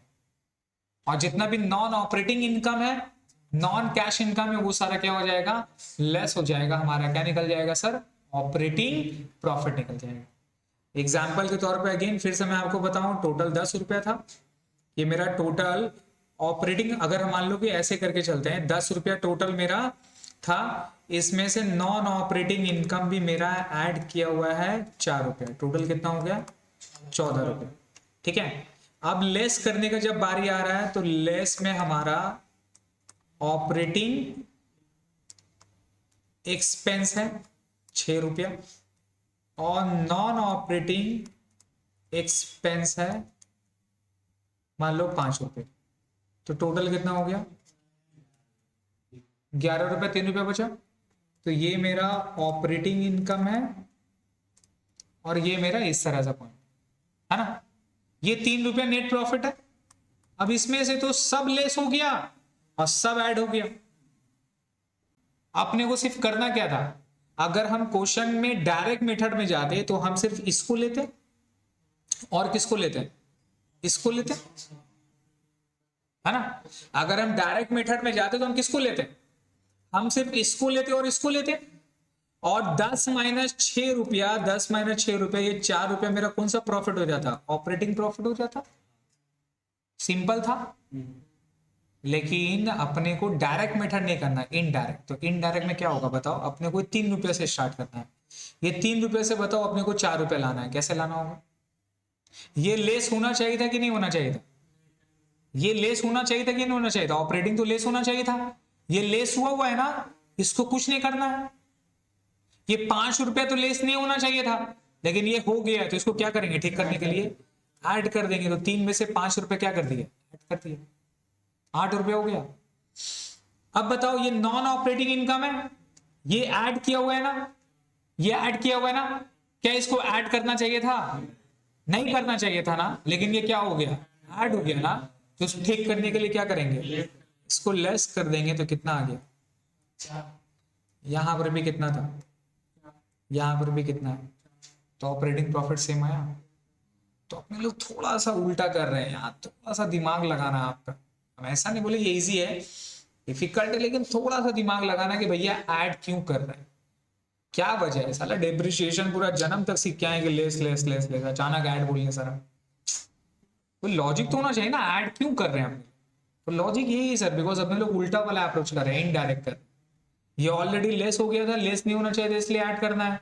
ये ऑलरेडी ऐड हो चुका है, ऐड नहीं होना था इसलिए लेस कर। क्लियर हो गया, समझ में आ रहा भाई।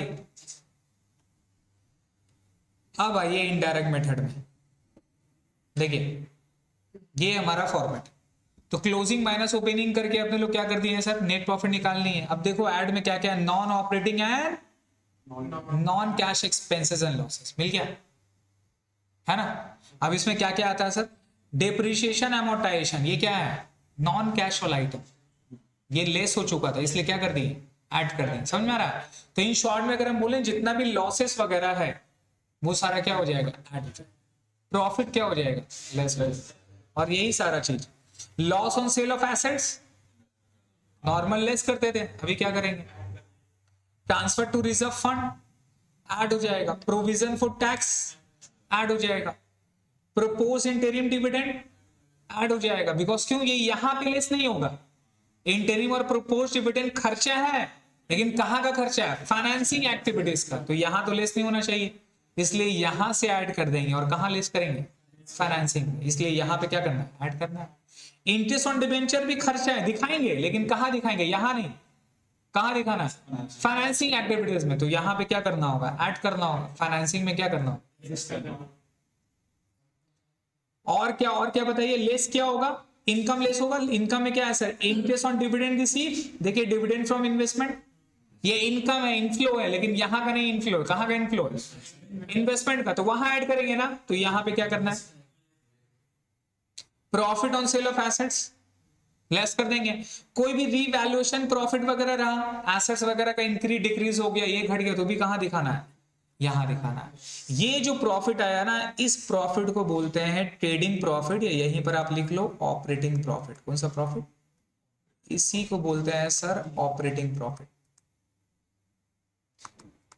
ठीक है, इसी को बोलते हैं सर ऑपरेटिंग प्रॉफिट। रिवैल्यूएशन का प्रॉफिट को यहां से लेस करके इन्वेस्टमेंट में करेंगे या और नहीं करा, इन्वेस्टमेंट में वो अपने लोग स्टॉक जो रहता है ना एसेट्स का, उसमें एडजस्ट कर, हो गया, ये कर लिए। अब यहां तक तो हमारा बिजनेस का प्रॉफिट वगैरह सब ठीक हो गया। अब प्रॉफिट का ठीक होने से हमको मेरा बिजनेस का प्रॉफिट से तो पैसा मिल रहा है, लेकिन अब एसेट्स को चेक करना है। किसको बताइए, अपने लोग बैलेंस शीट में यहां पर रीड किए थे, रिमेंबर बैलेंस शीट में क्या आता है, करंट एसेट्स और करंट लायबिलिटी। इसको वर्किंग कैपिटल बोलते हैं, क्या बोलते हैं बताइए, वर्किंग कैपिटल। अब यहां पर अपने लोग वर्किंग कैपिटल का इंक्रीज और डिक्रीज को इवैल्यूएट करेंगे। किसका बताइए, अब ये चीज थोड़ा सा अलग है सर, इसका मतलब क्या है, नहीं समझ में आ रहा, बताते हैं।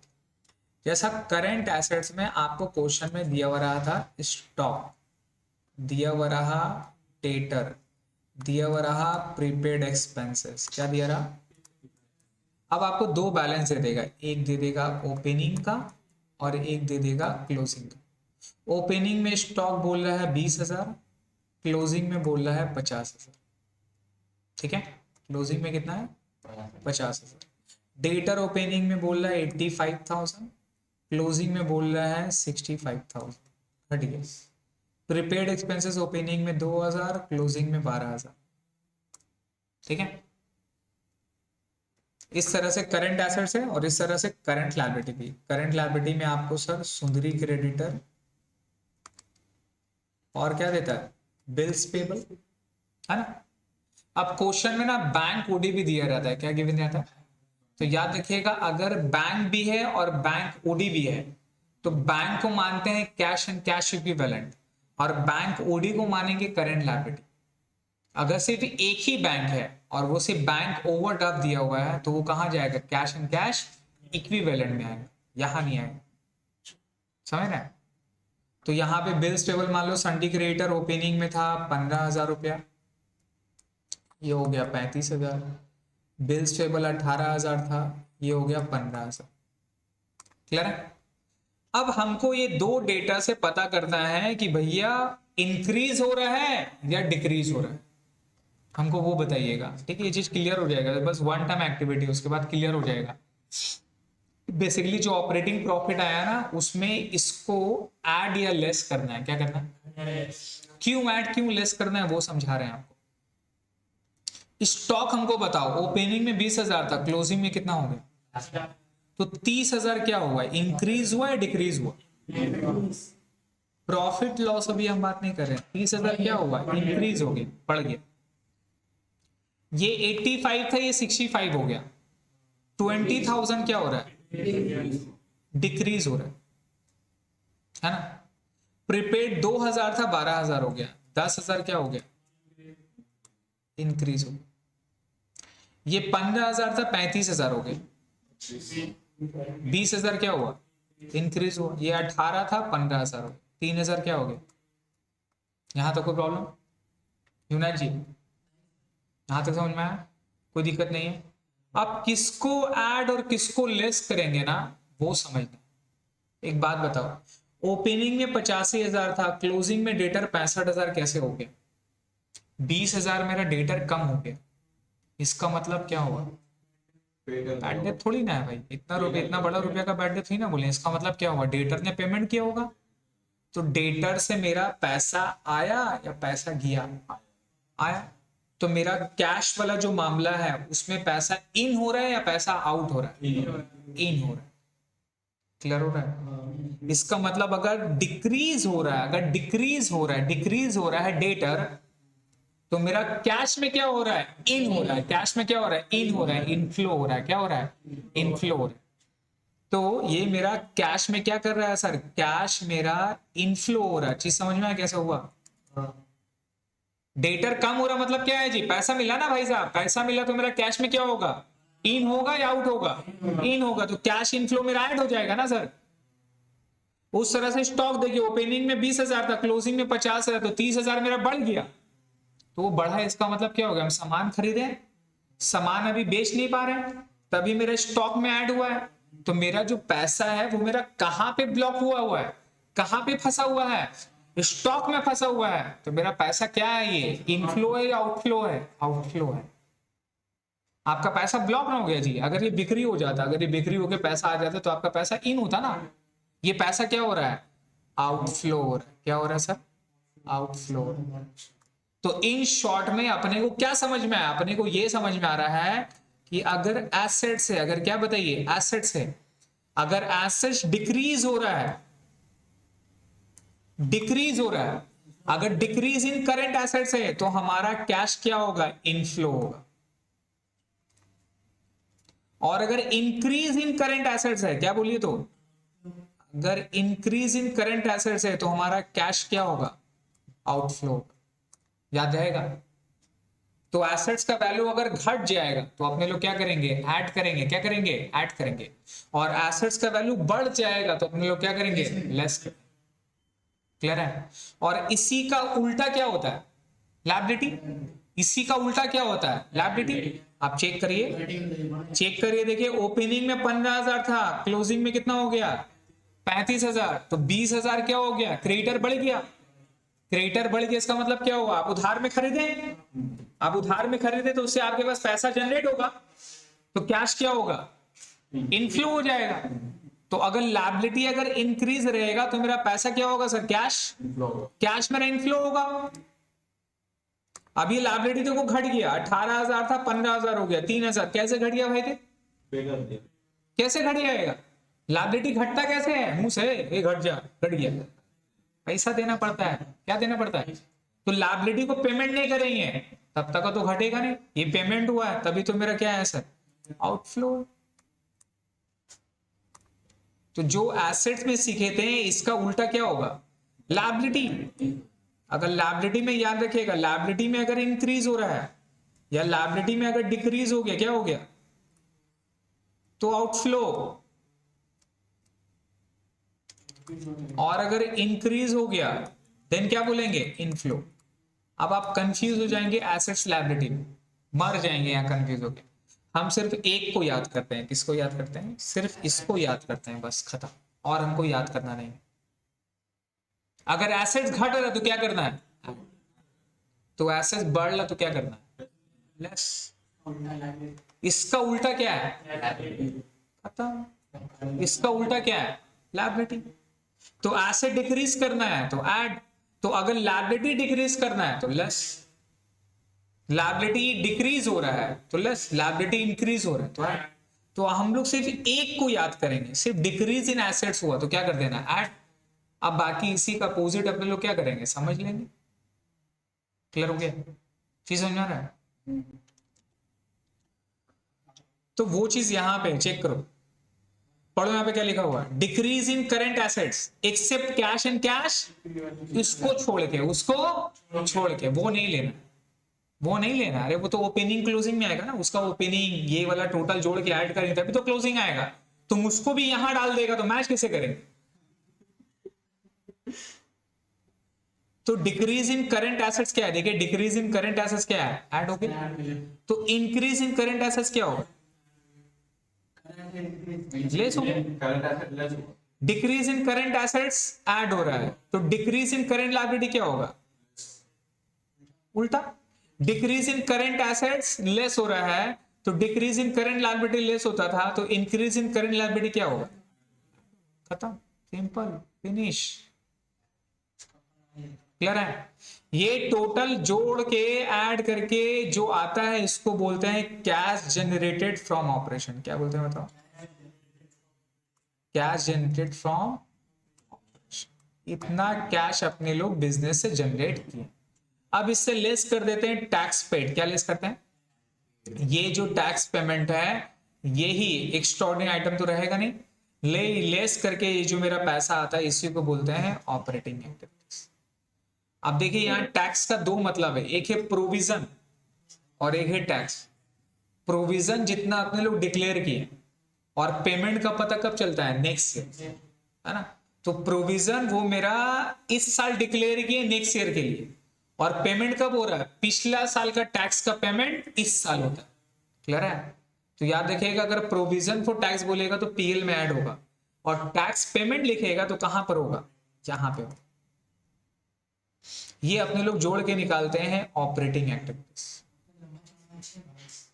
ठीक है। नाउ ऑपरेटिंग के साथ फिर किसको ऐड करना है? फिर ऐड करना है किसको? इन्वेस्टमेंट एक्टिविटीज का कैश इनफ्लो। फिर ऐड किसको करना है? फाइनेंसिंग एक्टिविटीज का कैश फ्लो। तो हमारा जो मेन फॉर्मेट है वो मेन फॉर्मेट क्या है? This.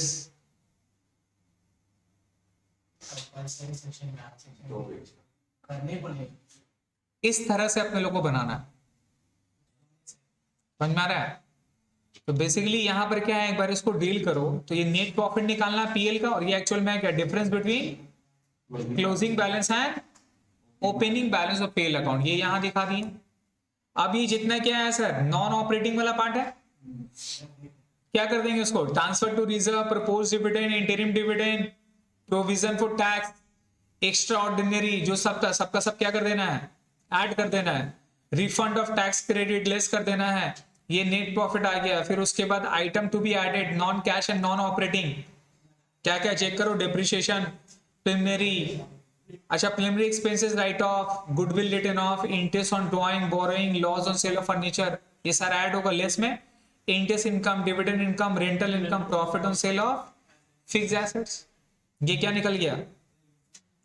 Operating profit before changes in working capital. ये चेंजेस इन वर्किंग कैपिटल कौन सा है? एसेट्स एंड लायबिलिटी वाला, है ना। तो इसको operating profit before changes in working capital बोलते हैं। अब ये वर्किंग कैपिटल में आप चेक करोगे, देखो क्या आता है?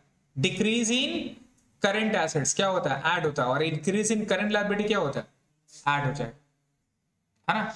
अरे एसेट डिक्रीज ऐड, तो लायबिलिटी इंक्रीज क्या हो जाएगा? ऐड हो जाएगा।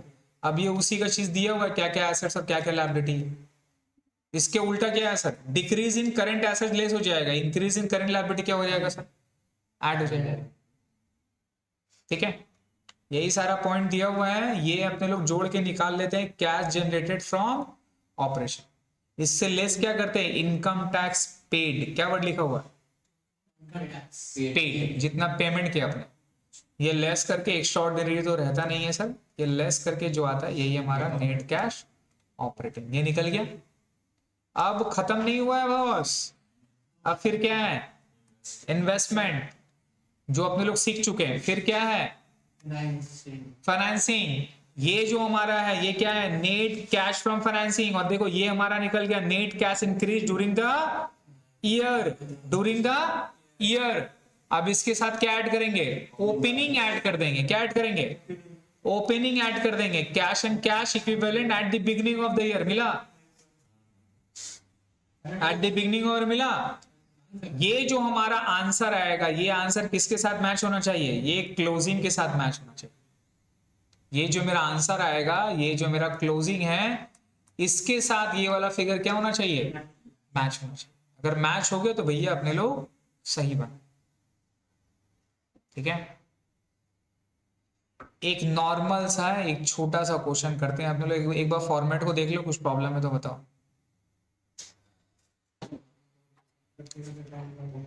एक फॉर्मेट देखो, उसके बाद बनाते हैं अपने लोग। एक क्वेश्चन करेंगे सर, क्वेश्चन नंबर 5 बनाएंगे। एक बार फॉर्मेट देख लो, कुछ पूछना है तो पूछो।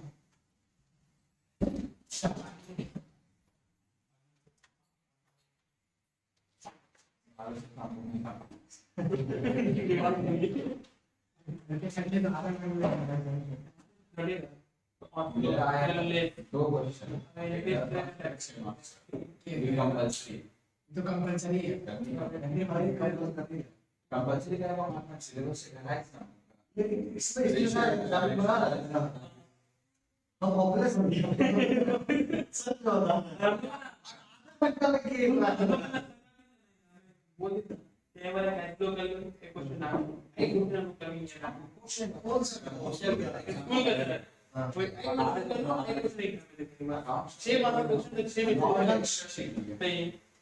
Not extra sheet. गलत कलर भी करना है नहीं इतना बड़ा बड़ा so maths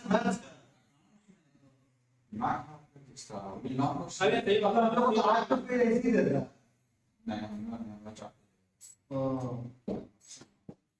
नंबर 5 चलिए लैंड ड्रॉ करेंगे 2 मिनट कम बैक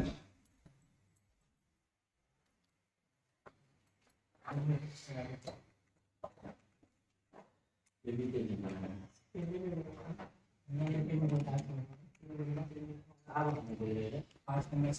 चलिए सर मौज करते हैं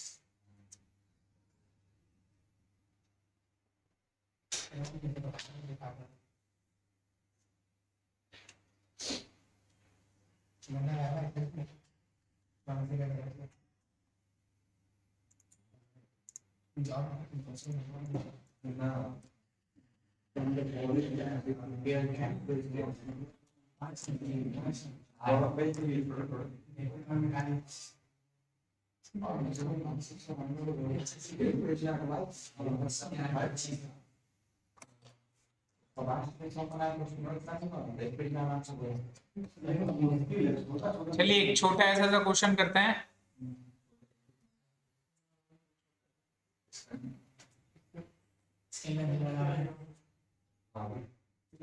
लाइन बना हुआ है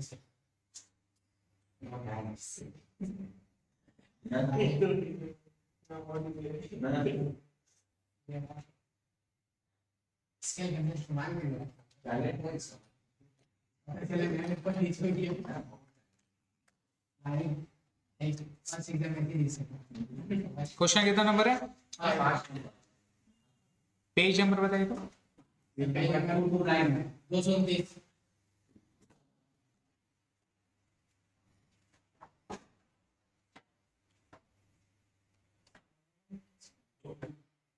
यहाँ पे लिखते हैं sir in the books of नाम लिया हुआ क्या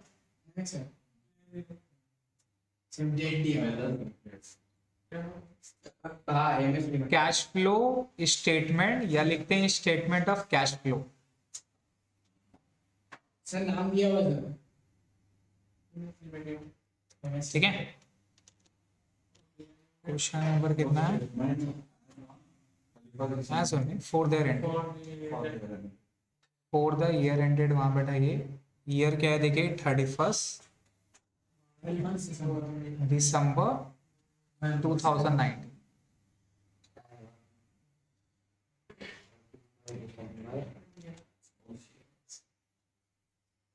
particulars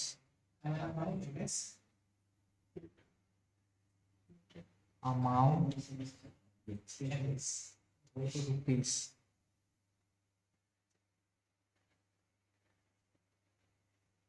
ठीक है ठीक है कोई बात नहीं सब पास पर अमाउंट नहीं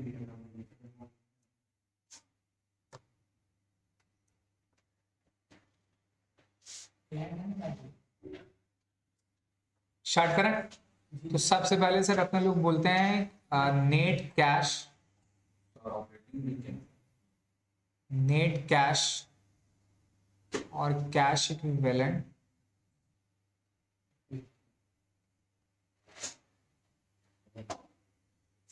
फ्रॉम ऑपरेटिंग एक्टिविटीज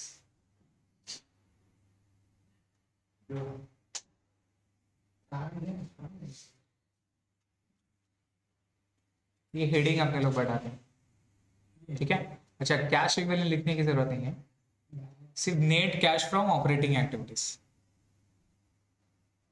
अब इसके अंदर में सबसे पहले क्वेश्चन किससे स्टार्ट करते हैं सर, एक बार क्वेश्चन को अपने लोग रीड करते हैं, पढ़िए। तो सर गुडविल 30,000 से 20,000 हो गया, ये 10,000 घट गया, राइट। ये गुडविल रिटर्न ऑफ है, क्या है ये, रिटर्न ऑफ है। तो जो नेट प्रॉफिट है उसमें ये 10,000 रुपया ऐड हो जाएगा, ये गुडविल राइट ऑफ हुआ। इसका मतलब ओपनिंग में 30,000 था, क्लोजिंग में 20,000 कैसे हो जाता है, ये 10,000 राइट ऑफ हुआ। तो राइट ऑफ का मतलब पीएल से राइट ऑफ करते हैं, तो पीएल में क्या करेंगे, दोबारा इसको ऐड कर देते हैं। फिक्स एसेट्स 40,000 से 85,000 हो गए, मतलब 45,000 इंक्रीज हुआ। तो एसेट्स बढ़ गया, मतलब ये मेरा इन्वेस्टमेंट है, और इन्वेस्टमेंट मतलब 45 से क्या हो रहा है, परचेज हुआ। तो परचेज एसेट्स मेरा क्या है, इन्वेस्टमेंट एक्टिविटीज का आउटफ्लो है। परचेस करेंगे तो पैसा जाएगा, इन्वेस्ट करेंगे। इन्वेस्टमेंट देखिए लॉन्ग टर्म 12,200 से 11,500, यहाँ कम हो गया। इसका मतलब क्या किया आपने, सेल किया। क्या किया आपने, सेल किया। तो यहाँ पर सेल ऑफ इन्वेस्टमेंट मतलब क्या है मेरा, इनफ्लो या आउटफ्लो, इनफ्लो है। एसेट्स बढ़ा मतलब परचेस किया, एसेट्स घटा मतलब सेल। तो ये हमारा, ये जो दोनों पॉइंट है ये मेरा कहाँ जाएगा, ये मेरा फिक्स एसेट्स, ये भी जाएगा इन्वेस्टमेंट में, और ये भी जाएगा इन्वेस्टमेंट। ये जो है मेरा कैश, डेटर, बिल रिसीवेबल, ये तीनों कहाँ जाएगा, ये जाएगा ऑपरेटिंग में। वो चेंजेस इन वर्किंग कैपिटल पे इंक्रीज डिक्रीज करेंगे, 30 से 45, 20 से 35, 4 से 10, समझ रहे हैं। ये किसका पार्ट है, चेंजेस इन वर्किंग कैपिटल में ऐड लेस करेंगे, जो आपको मैंने बताया वहां करना है। कैश एंड कैश इक्विवेलेंट में देखो ये बैठेगा, ओपनिंग में 3800 और क्लोजिंग में 6,000। तो हमारा ये आंसर आना चाहिए, मतलब ओपनिंग में 3800 है, इसका मतलब मेरा आंसर में कैश इनफ्लो होना चाहिए, और इनफ्लो इतना आएगा कि इसको जोड़ के कितना हो जाए, 6,000। और इसका मतलब 2,200 रुपये होना चाहिए, चेक करो। तो अगर 2,200 रुपये आएगा तो 3800 ऐड करके 6,000, हमारा आंसर मैच हो जाएगा। ये मैच करने के लिए लायबिलिटी में देखो शेयर कैपिटल 55 से 70,000 हो गया। ये मेरा कौन सा एक्टिविटीज का बताओ, ये मेरा फाइनेंसिंग एक्टिविटीज का, किसका है ये मेरा, शेयर्स का पैसा बढ़ गया। तो मतलब क्या हुआ, पैसा आया कि पैसा गया, आया, मतलब इशू किया, तो शेयर्स इशू किए। तो ये इनफ्लो किसका होगा, फाइनेंसिंग एक्टिविटीज का। प्रॉफिट एंड लॉस में देखो 25 से 45, यही क्या है मेरा प्रॉफिट है। तो 25 ओपनिंग में था, 45 हो गया, मतलब 20,000 का क्या कमाया आपने, प्रॉफिट कमा, यही मेरा नेट प्रॉफिट है। 20,000 रुपए दिखाएंगे, 25,000 दिखाएंगे, 20,000। रिजर्व देखो ओपनिंग में 15 था, फिर 20,000 हो गया। तो रिजर्व में पैसा आया या पैसा गया, आया। तो रिजर्व में पैसा कहां से आता है, प्रॉफिट से आता है। प्रॉफिट से पैसा ट्रांसफर करते हैं रिजर्व में, इसका मतलब ट्रांसफर टू रिजर्व किए हैं, ये भी क्या होगा, ऐड हो जाएगा। ये भी क्या हो जाएगा, ऐड हो, मतलब प्रॉफिट से निकाला था मैंने, अभी वापस क्या करना होगा, ऐड करना होगा। लोन देखिए, लोन 25,000 का देखिए 50,000 है ना। अब ये लोन का भी देखिए पॉइंट है, 25,000 है और यहाँ पे 50,000 रुपए। इसका मतलब क्या हुआ, आपने लोन लिया और लोन का डेट देखो कब का डेट दिया हुआ है, 31/12/2016 नहीं होगा, ये 19 होगा, इसको ठीक कर दो, 19 होगा। इसका मतलब ये साल का क्लोजिंग में कर रहा है, कब कर रहा है, साल का क्लोजिंग में कर रहा है, मतलब ये साल का एंड में कर रहा है 25,000 रुपया। तो ये 25,000 रुपया मेरा क्या है सर, इनफ्लो हुआ या आउटफ्लो हुआ, इनफ्लो हुआ, पैसा आया ना सर। और कहां पे जाएगा, ये जाएगा फाइनेंसिंग में। अब ये जो 9% दिया है किसके लिए दिया है, इंटरेस्ट के लिए दिया है। और ये 25,000 पूरा साल भर था, एंड में आपने जाके 25,000 लिया, तो साल भर इंटरेस्ट किस पे निकलेगा, 50 पे या 25 पे, 25 पे निकलेगा। 25,000 का इंटरेस्ट कितना परसेंट होता है, 9%, निकाल लेंगे एक साल का।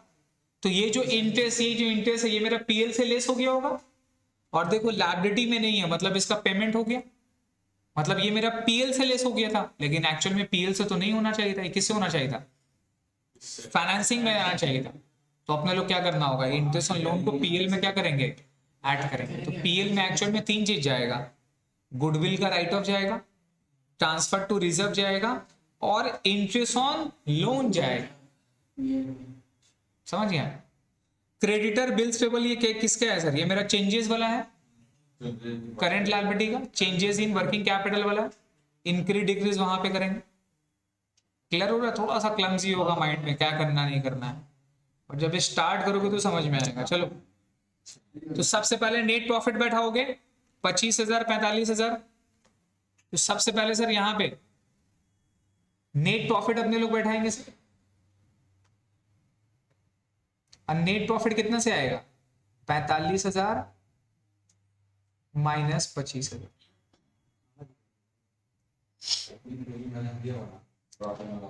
कितना आ गया ये मेरा? 20,000 रुपये।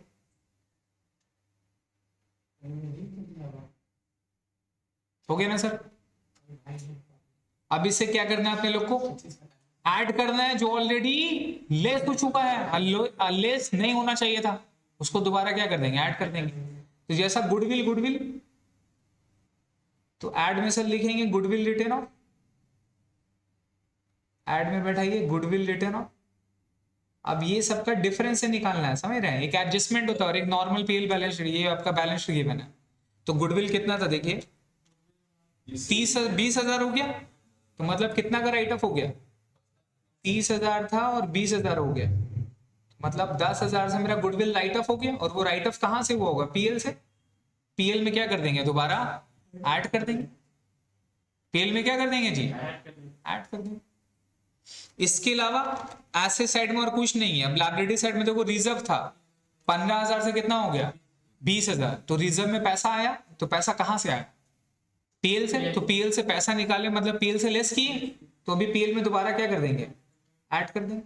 ऐड करो यहाँ पे, ट्रांसफर टू रिजर्व।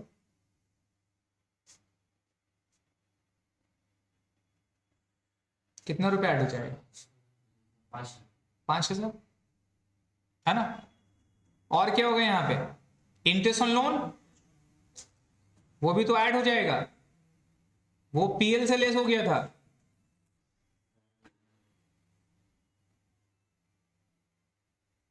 और वो कितना पे निकलेगा? 25,000 के ऊपर में 9%। निकालो सर, पूरा एक साल का कितना हो गया? 2,250, है ना? ये ऐड कर दो, ऐड करके बोलो कितना आ रहा?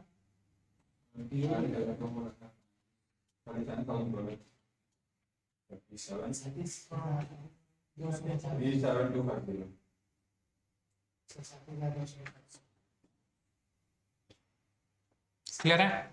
कोई प्रॉब्लम यहां तक? इसको क्या बोलते हैं? Operating profit. क्या बोलते हैं इसको? इसको बोलते हैं operating profit before changes in working capital. क्या बोलेंगे? Before changes in working capital.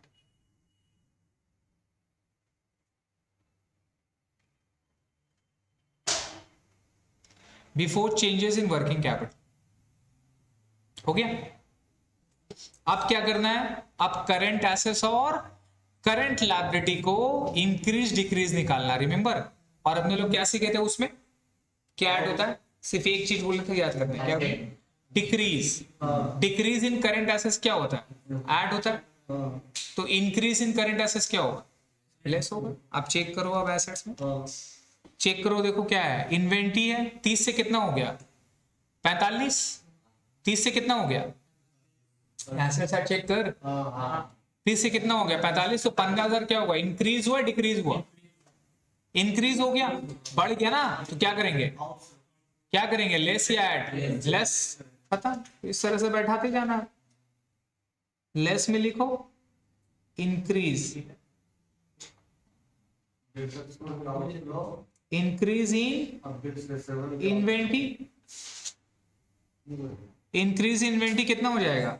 15,000 रुपए लेस हो जाएगा। फिर इंक्रीज इन डेटर भी क्या है? डेटर भी इंक्रीज हो रहा है सर। इंक्रीज इन डेटर, आप देख रहे हो, डेटर भी क्या हो रहा है? 20 से 35,000 हो गया। Increase in inventory 15,000 less, increase in debtor भी 15,000 क्या हो जाएगा? लेस हो जाएगा। समझ में आया ना 15,000 कैसे आया? अरे ओपनिंग है जो ओपनिंग 20 था और ये 35, तो टोटल 15,000 से बढ़ गया। हाँ, बिल लेसेबल ओपनिंग में 4,000, क्लोजिंग में कितना हो गया? 10,000। तो कितना से बढ़ा? 6,000 से इंक्रीज हो गया। तो डिक्रीज ऐड होता था, इंक्रीज लेस होगा। खत्म भाई। और कितना अच्छा से बताएं, बताना थे लोग को।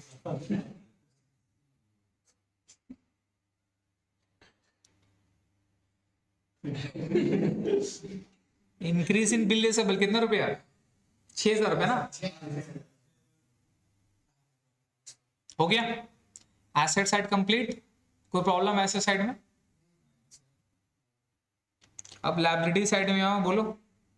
लायबिलिटी साइड में देखो क्रेडिटर है, 16 से 20 हो गया, 4,000 से बढ़ गया, तो क्या हो जाएगा, ऐड हो जाएगा। उल्टा ना भाई, इंक्रीज इन एसेट्स लेस हो रहा है, तो इंक्रीज इन लायबिलिटी क्या होगा, ऐड होगा, उल्टा उल्टा।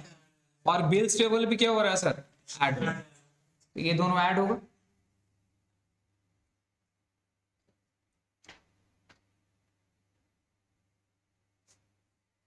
इंक्रीज इन क्रेडिटर,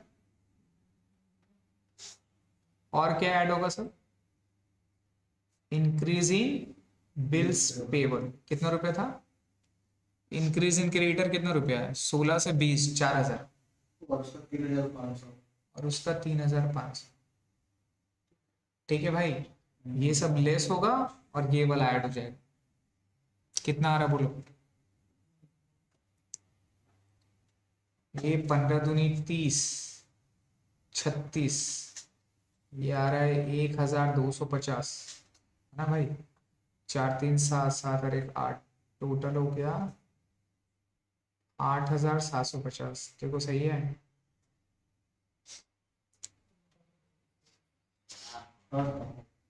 सही है। इसको क्या बोलते हैं, कैश जेनरेटेड फ्रॉम ऑपरेशन।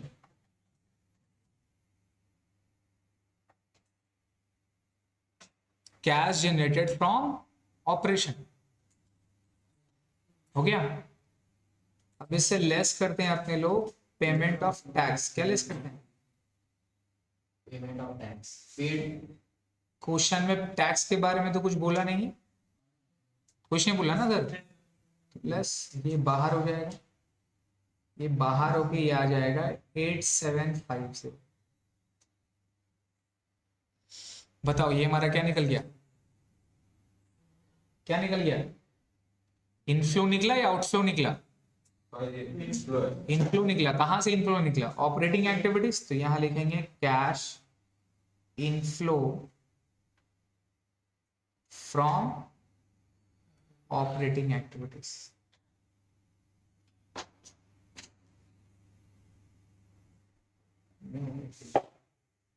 ठीक है, एक पेज में नहीं होता है, ये मेरा नंबर एक। वही तो बोले ना सर एक ही पेज में बनवा नहीं बोले वो बहुत जबरदस्ती, इतना छोटा छोटा हमको भी लिखना है बोले कि एक ही पेज में बनाना है, एग्जाम में एक ही पेज में बनाओगे। नहीं नहीं सर, पेज लग रहा काम आएगा क्या आपका साथी में।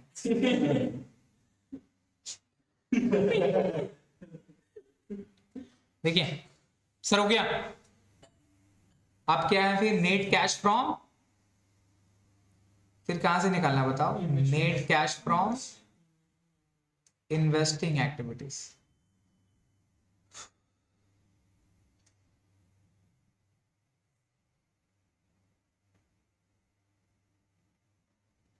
क्लियर है।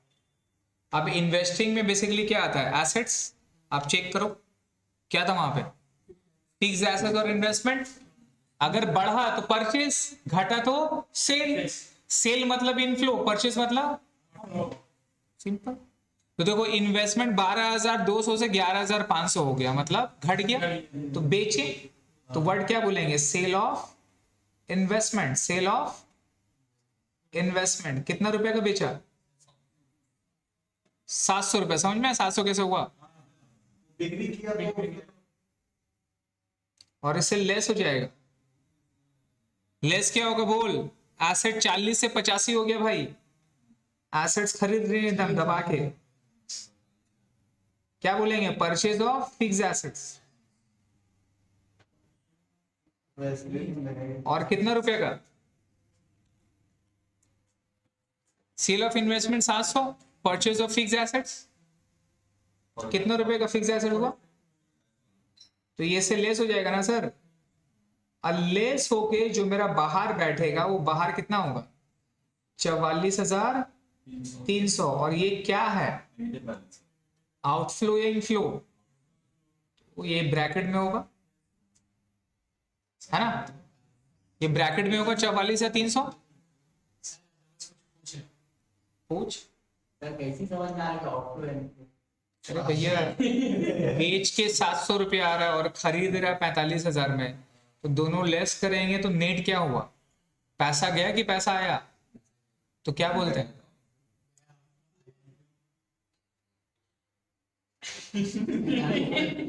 तो इसको बोलेंगे sir cash outflow from investment activities.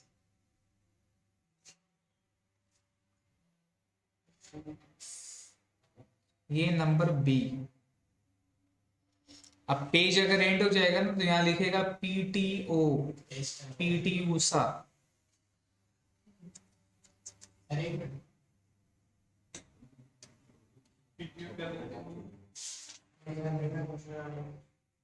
समझ गया? अब नेक्स्ट पेज में क्या करना है?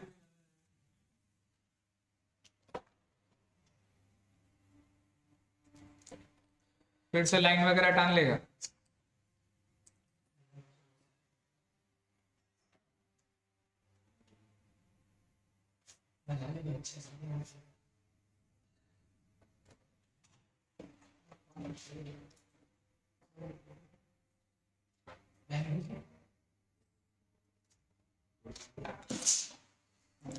ऊपर में लिख लीजिएगा तो जो भी डामा है लिखने का। यहां पे क्या स्टार्ट करते हैं आप? नेट कैश फ्रॉम, किससे आएगा पैसा? Financing activities.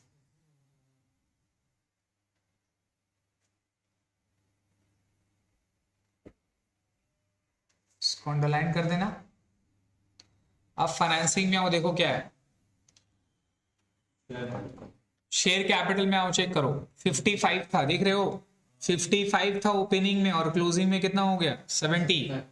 बढ़ गया, कितना से बढ़ा? 15,000। तो पैसा बढ़ा, इसका मतलब बढ़ा तो मतलब क्या किया? शेयर इशू किए, तो शेयर इशू करेंगे तो पैसा आएगा कि जाएगा?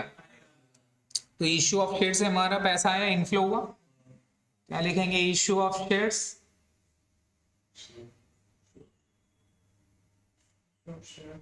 कितना पैसा आया? 15,000। यहाँ पे इनफ्लो में दिखाएंगे, समझ रहे हैं? और क्या है देखो, और क्या है? पीएल रिजर्व हो गया, लोन है 25 से 50 हो गया, तो यहां पर भी पैसा आया, है ना? Proceed from issue of loan, proceed from loan.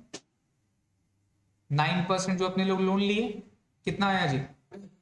25,000 आया, है ना? कुछ रीपेमेंट हुआ है क्या? हुआ है।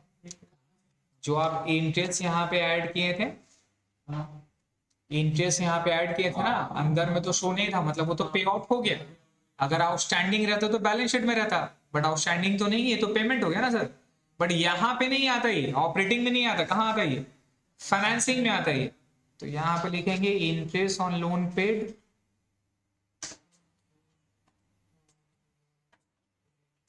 और कितना रुपए का पेमेंट किए? 2,250। ये मेरा आउटफ्लो हो गया, लेस होगा। लेस करके बाहर करो, कितना हो रहा? 37,750। ये मेरा क्या है? इनफ्लो हो गया ना। और इनफ्लो कहां से आया? तो क्या लिखेंगे? Cash inflow from financing activities.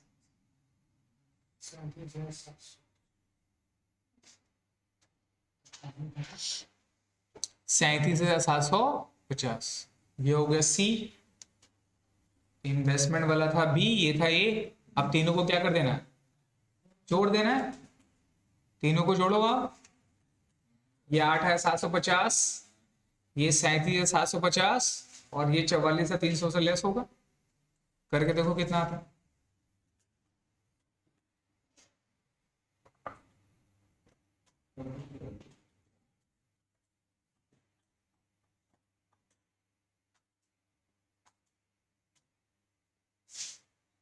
बाईस सौ हुआ, कितना आ रहा है बोलिए, कितना आया? तो 2200 यहाँ पे बैठेगी, ये 2200 रुपये आ गया सर। कैसे किए हैं? ए प्लस बी प्लस सी। अब ये मेरा नेट कैश आ रहा है, तीनों को जोड़ के, तीनों को जोड़ के जो आया ये क्या है एक्चुअल में? इनफ्लो आउटफ्लो है। इनफ्लो है ना, तो क्या लिखे यहाँ पे? Net cash inflow during the year. Net cash inflow during the year which is equal to A plus B plus C. ये इसके था सर। ऑपरेटिंग से 8,750 आया, इन्वेस्टिंग में 44 से 300 लेस। एक जन कैलकुलेटर कर दो, ये चेक करिए, देखिए 8,750 प्लस माइनस 44,300 है ना। और यहाँ सी में क्या है? इन्वेस्टमेंट से, फाइनेंसिंग से पैसा है, प्लस 37,750 कितना आ गया? 2200 प्लस में आया है ना। तो इसका मतलब ये क्या है? Cash and cash, net cash inflow during the year है ना। अगर अपना चार्ट में, अगर वो बोला चार्ट में जाओगे,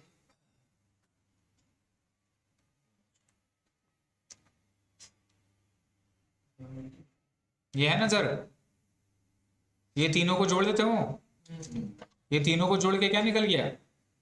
cash inflow outflow during year निकल गया। अब इसको क्या करना है? ओपनिंग के साथ ऐड करना है। ऐड करके हमारा आंसर क्या आना चाहिए? क्लोजिंग आना चाहिए। तो ऐड करो। ऐड में क्या लिखेंगे? Opening cash and cash equivalent.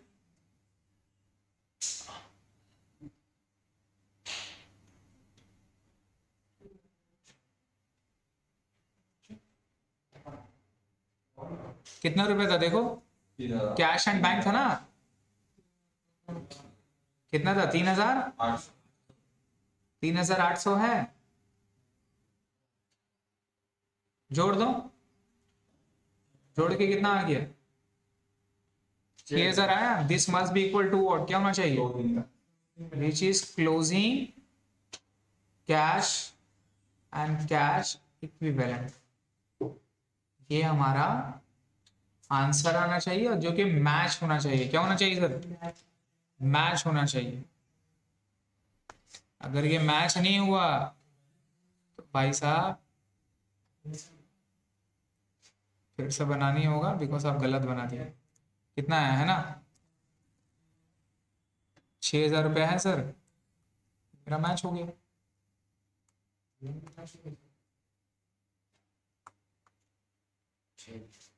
Clear है? यही बनाना है सर।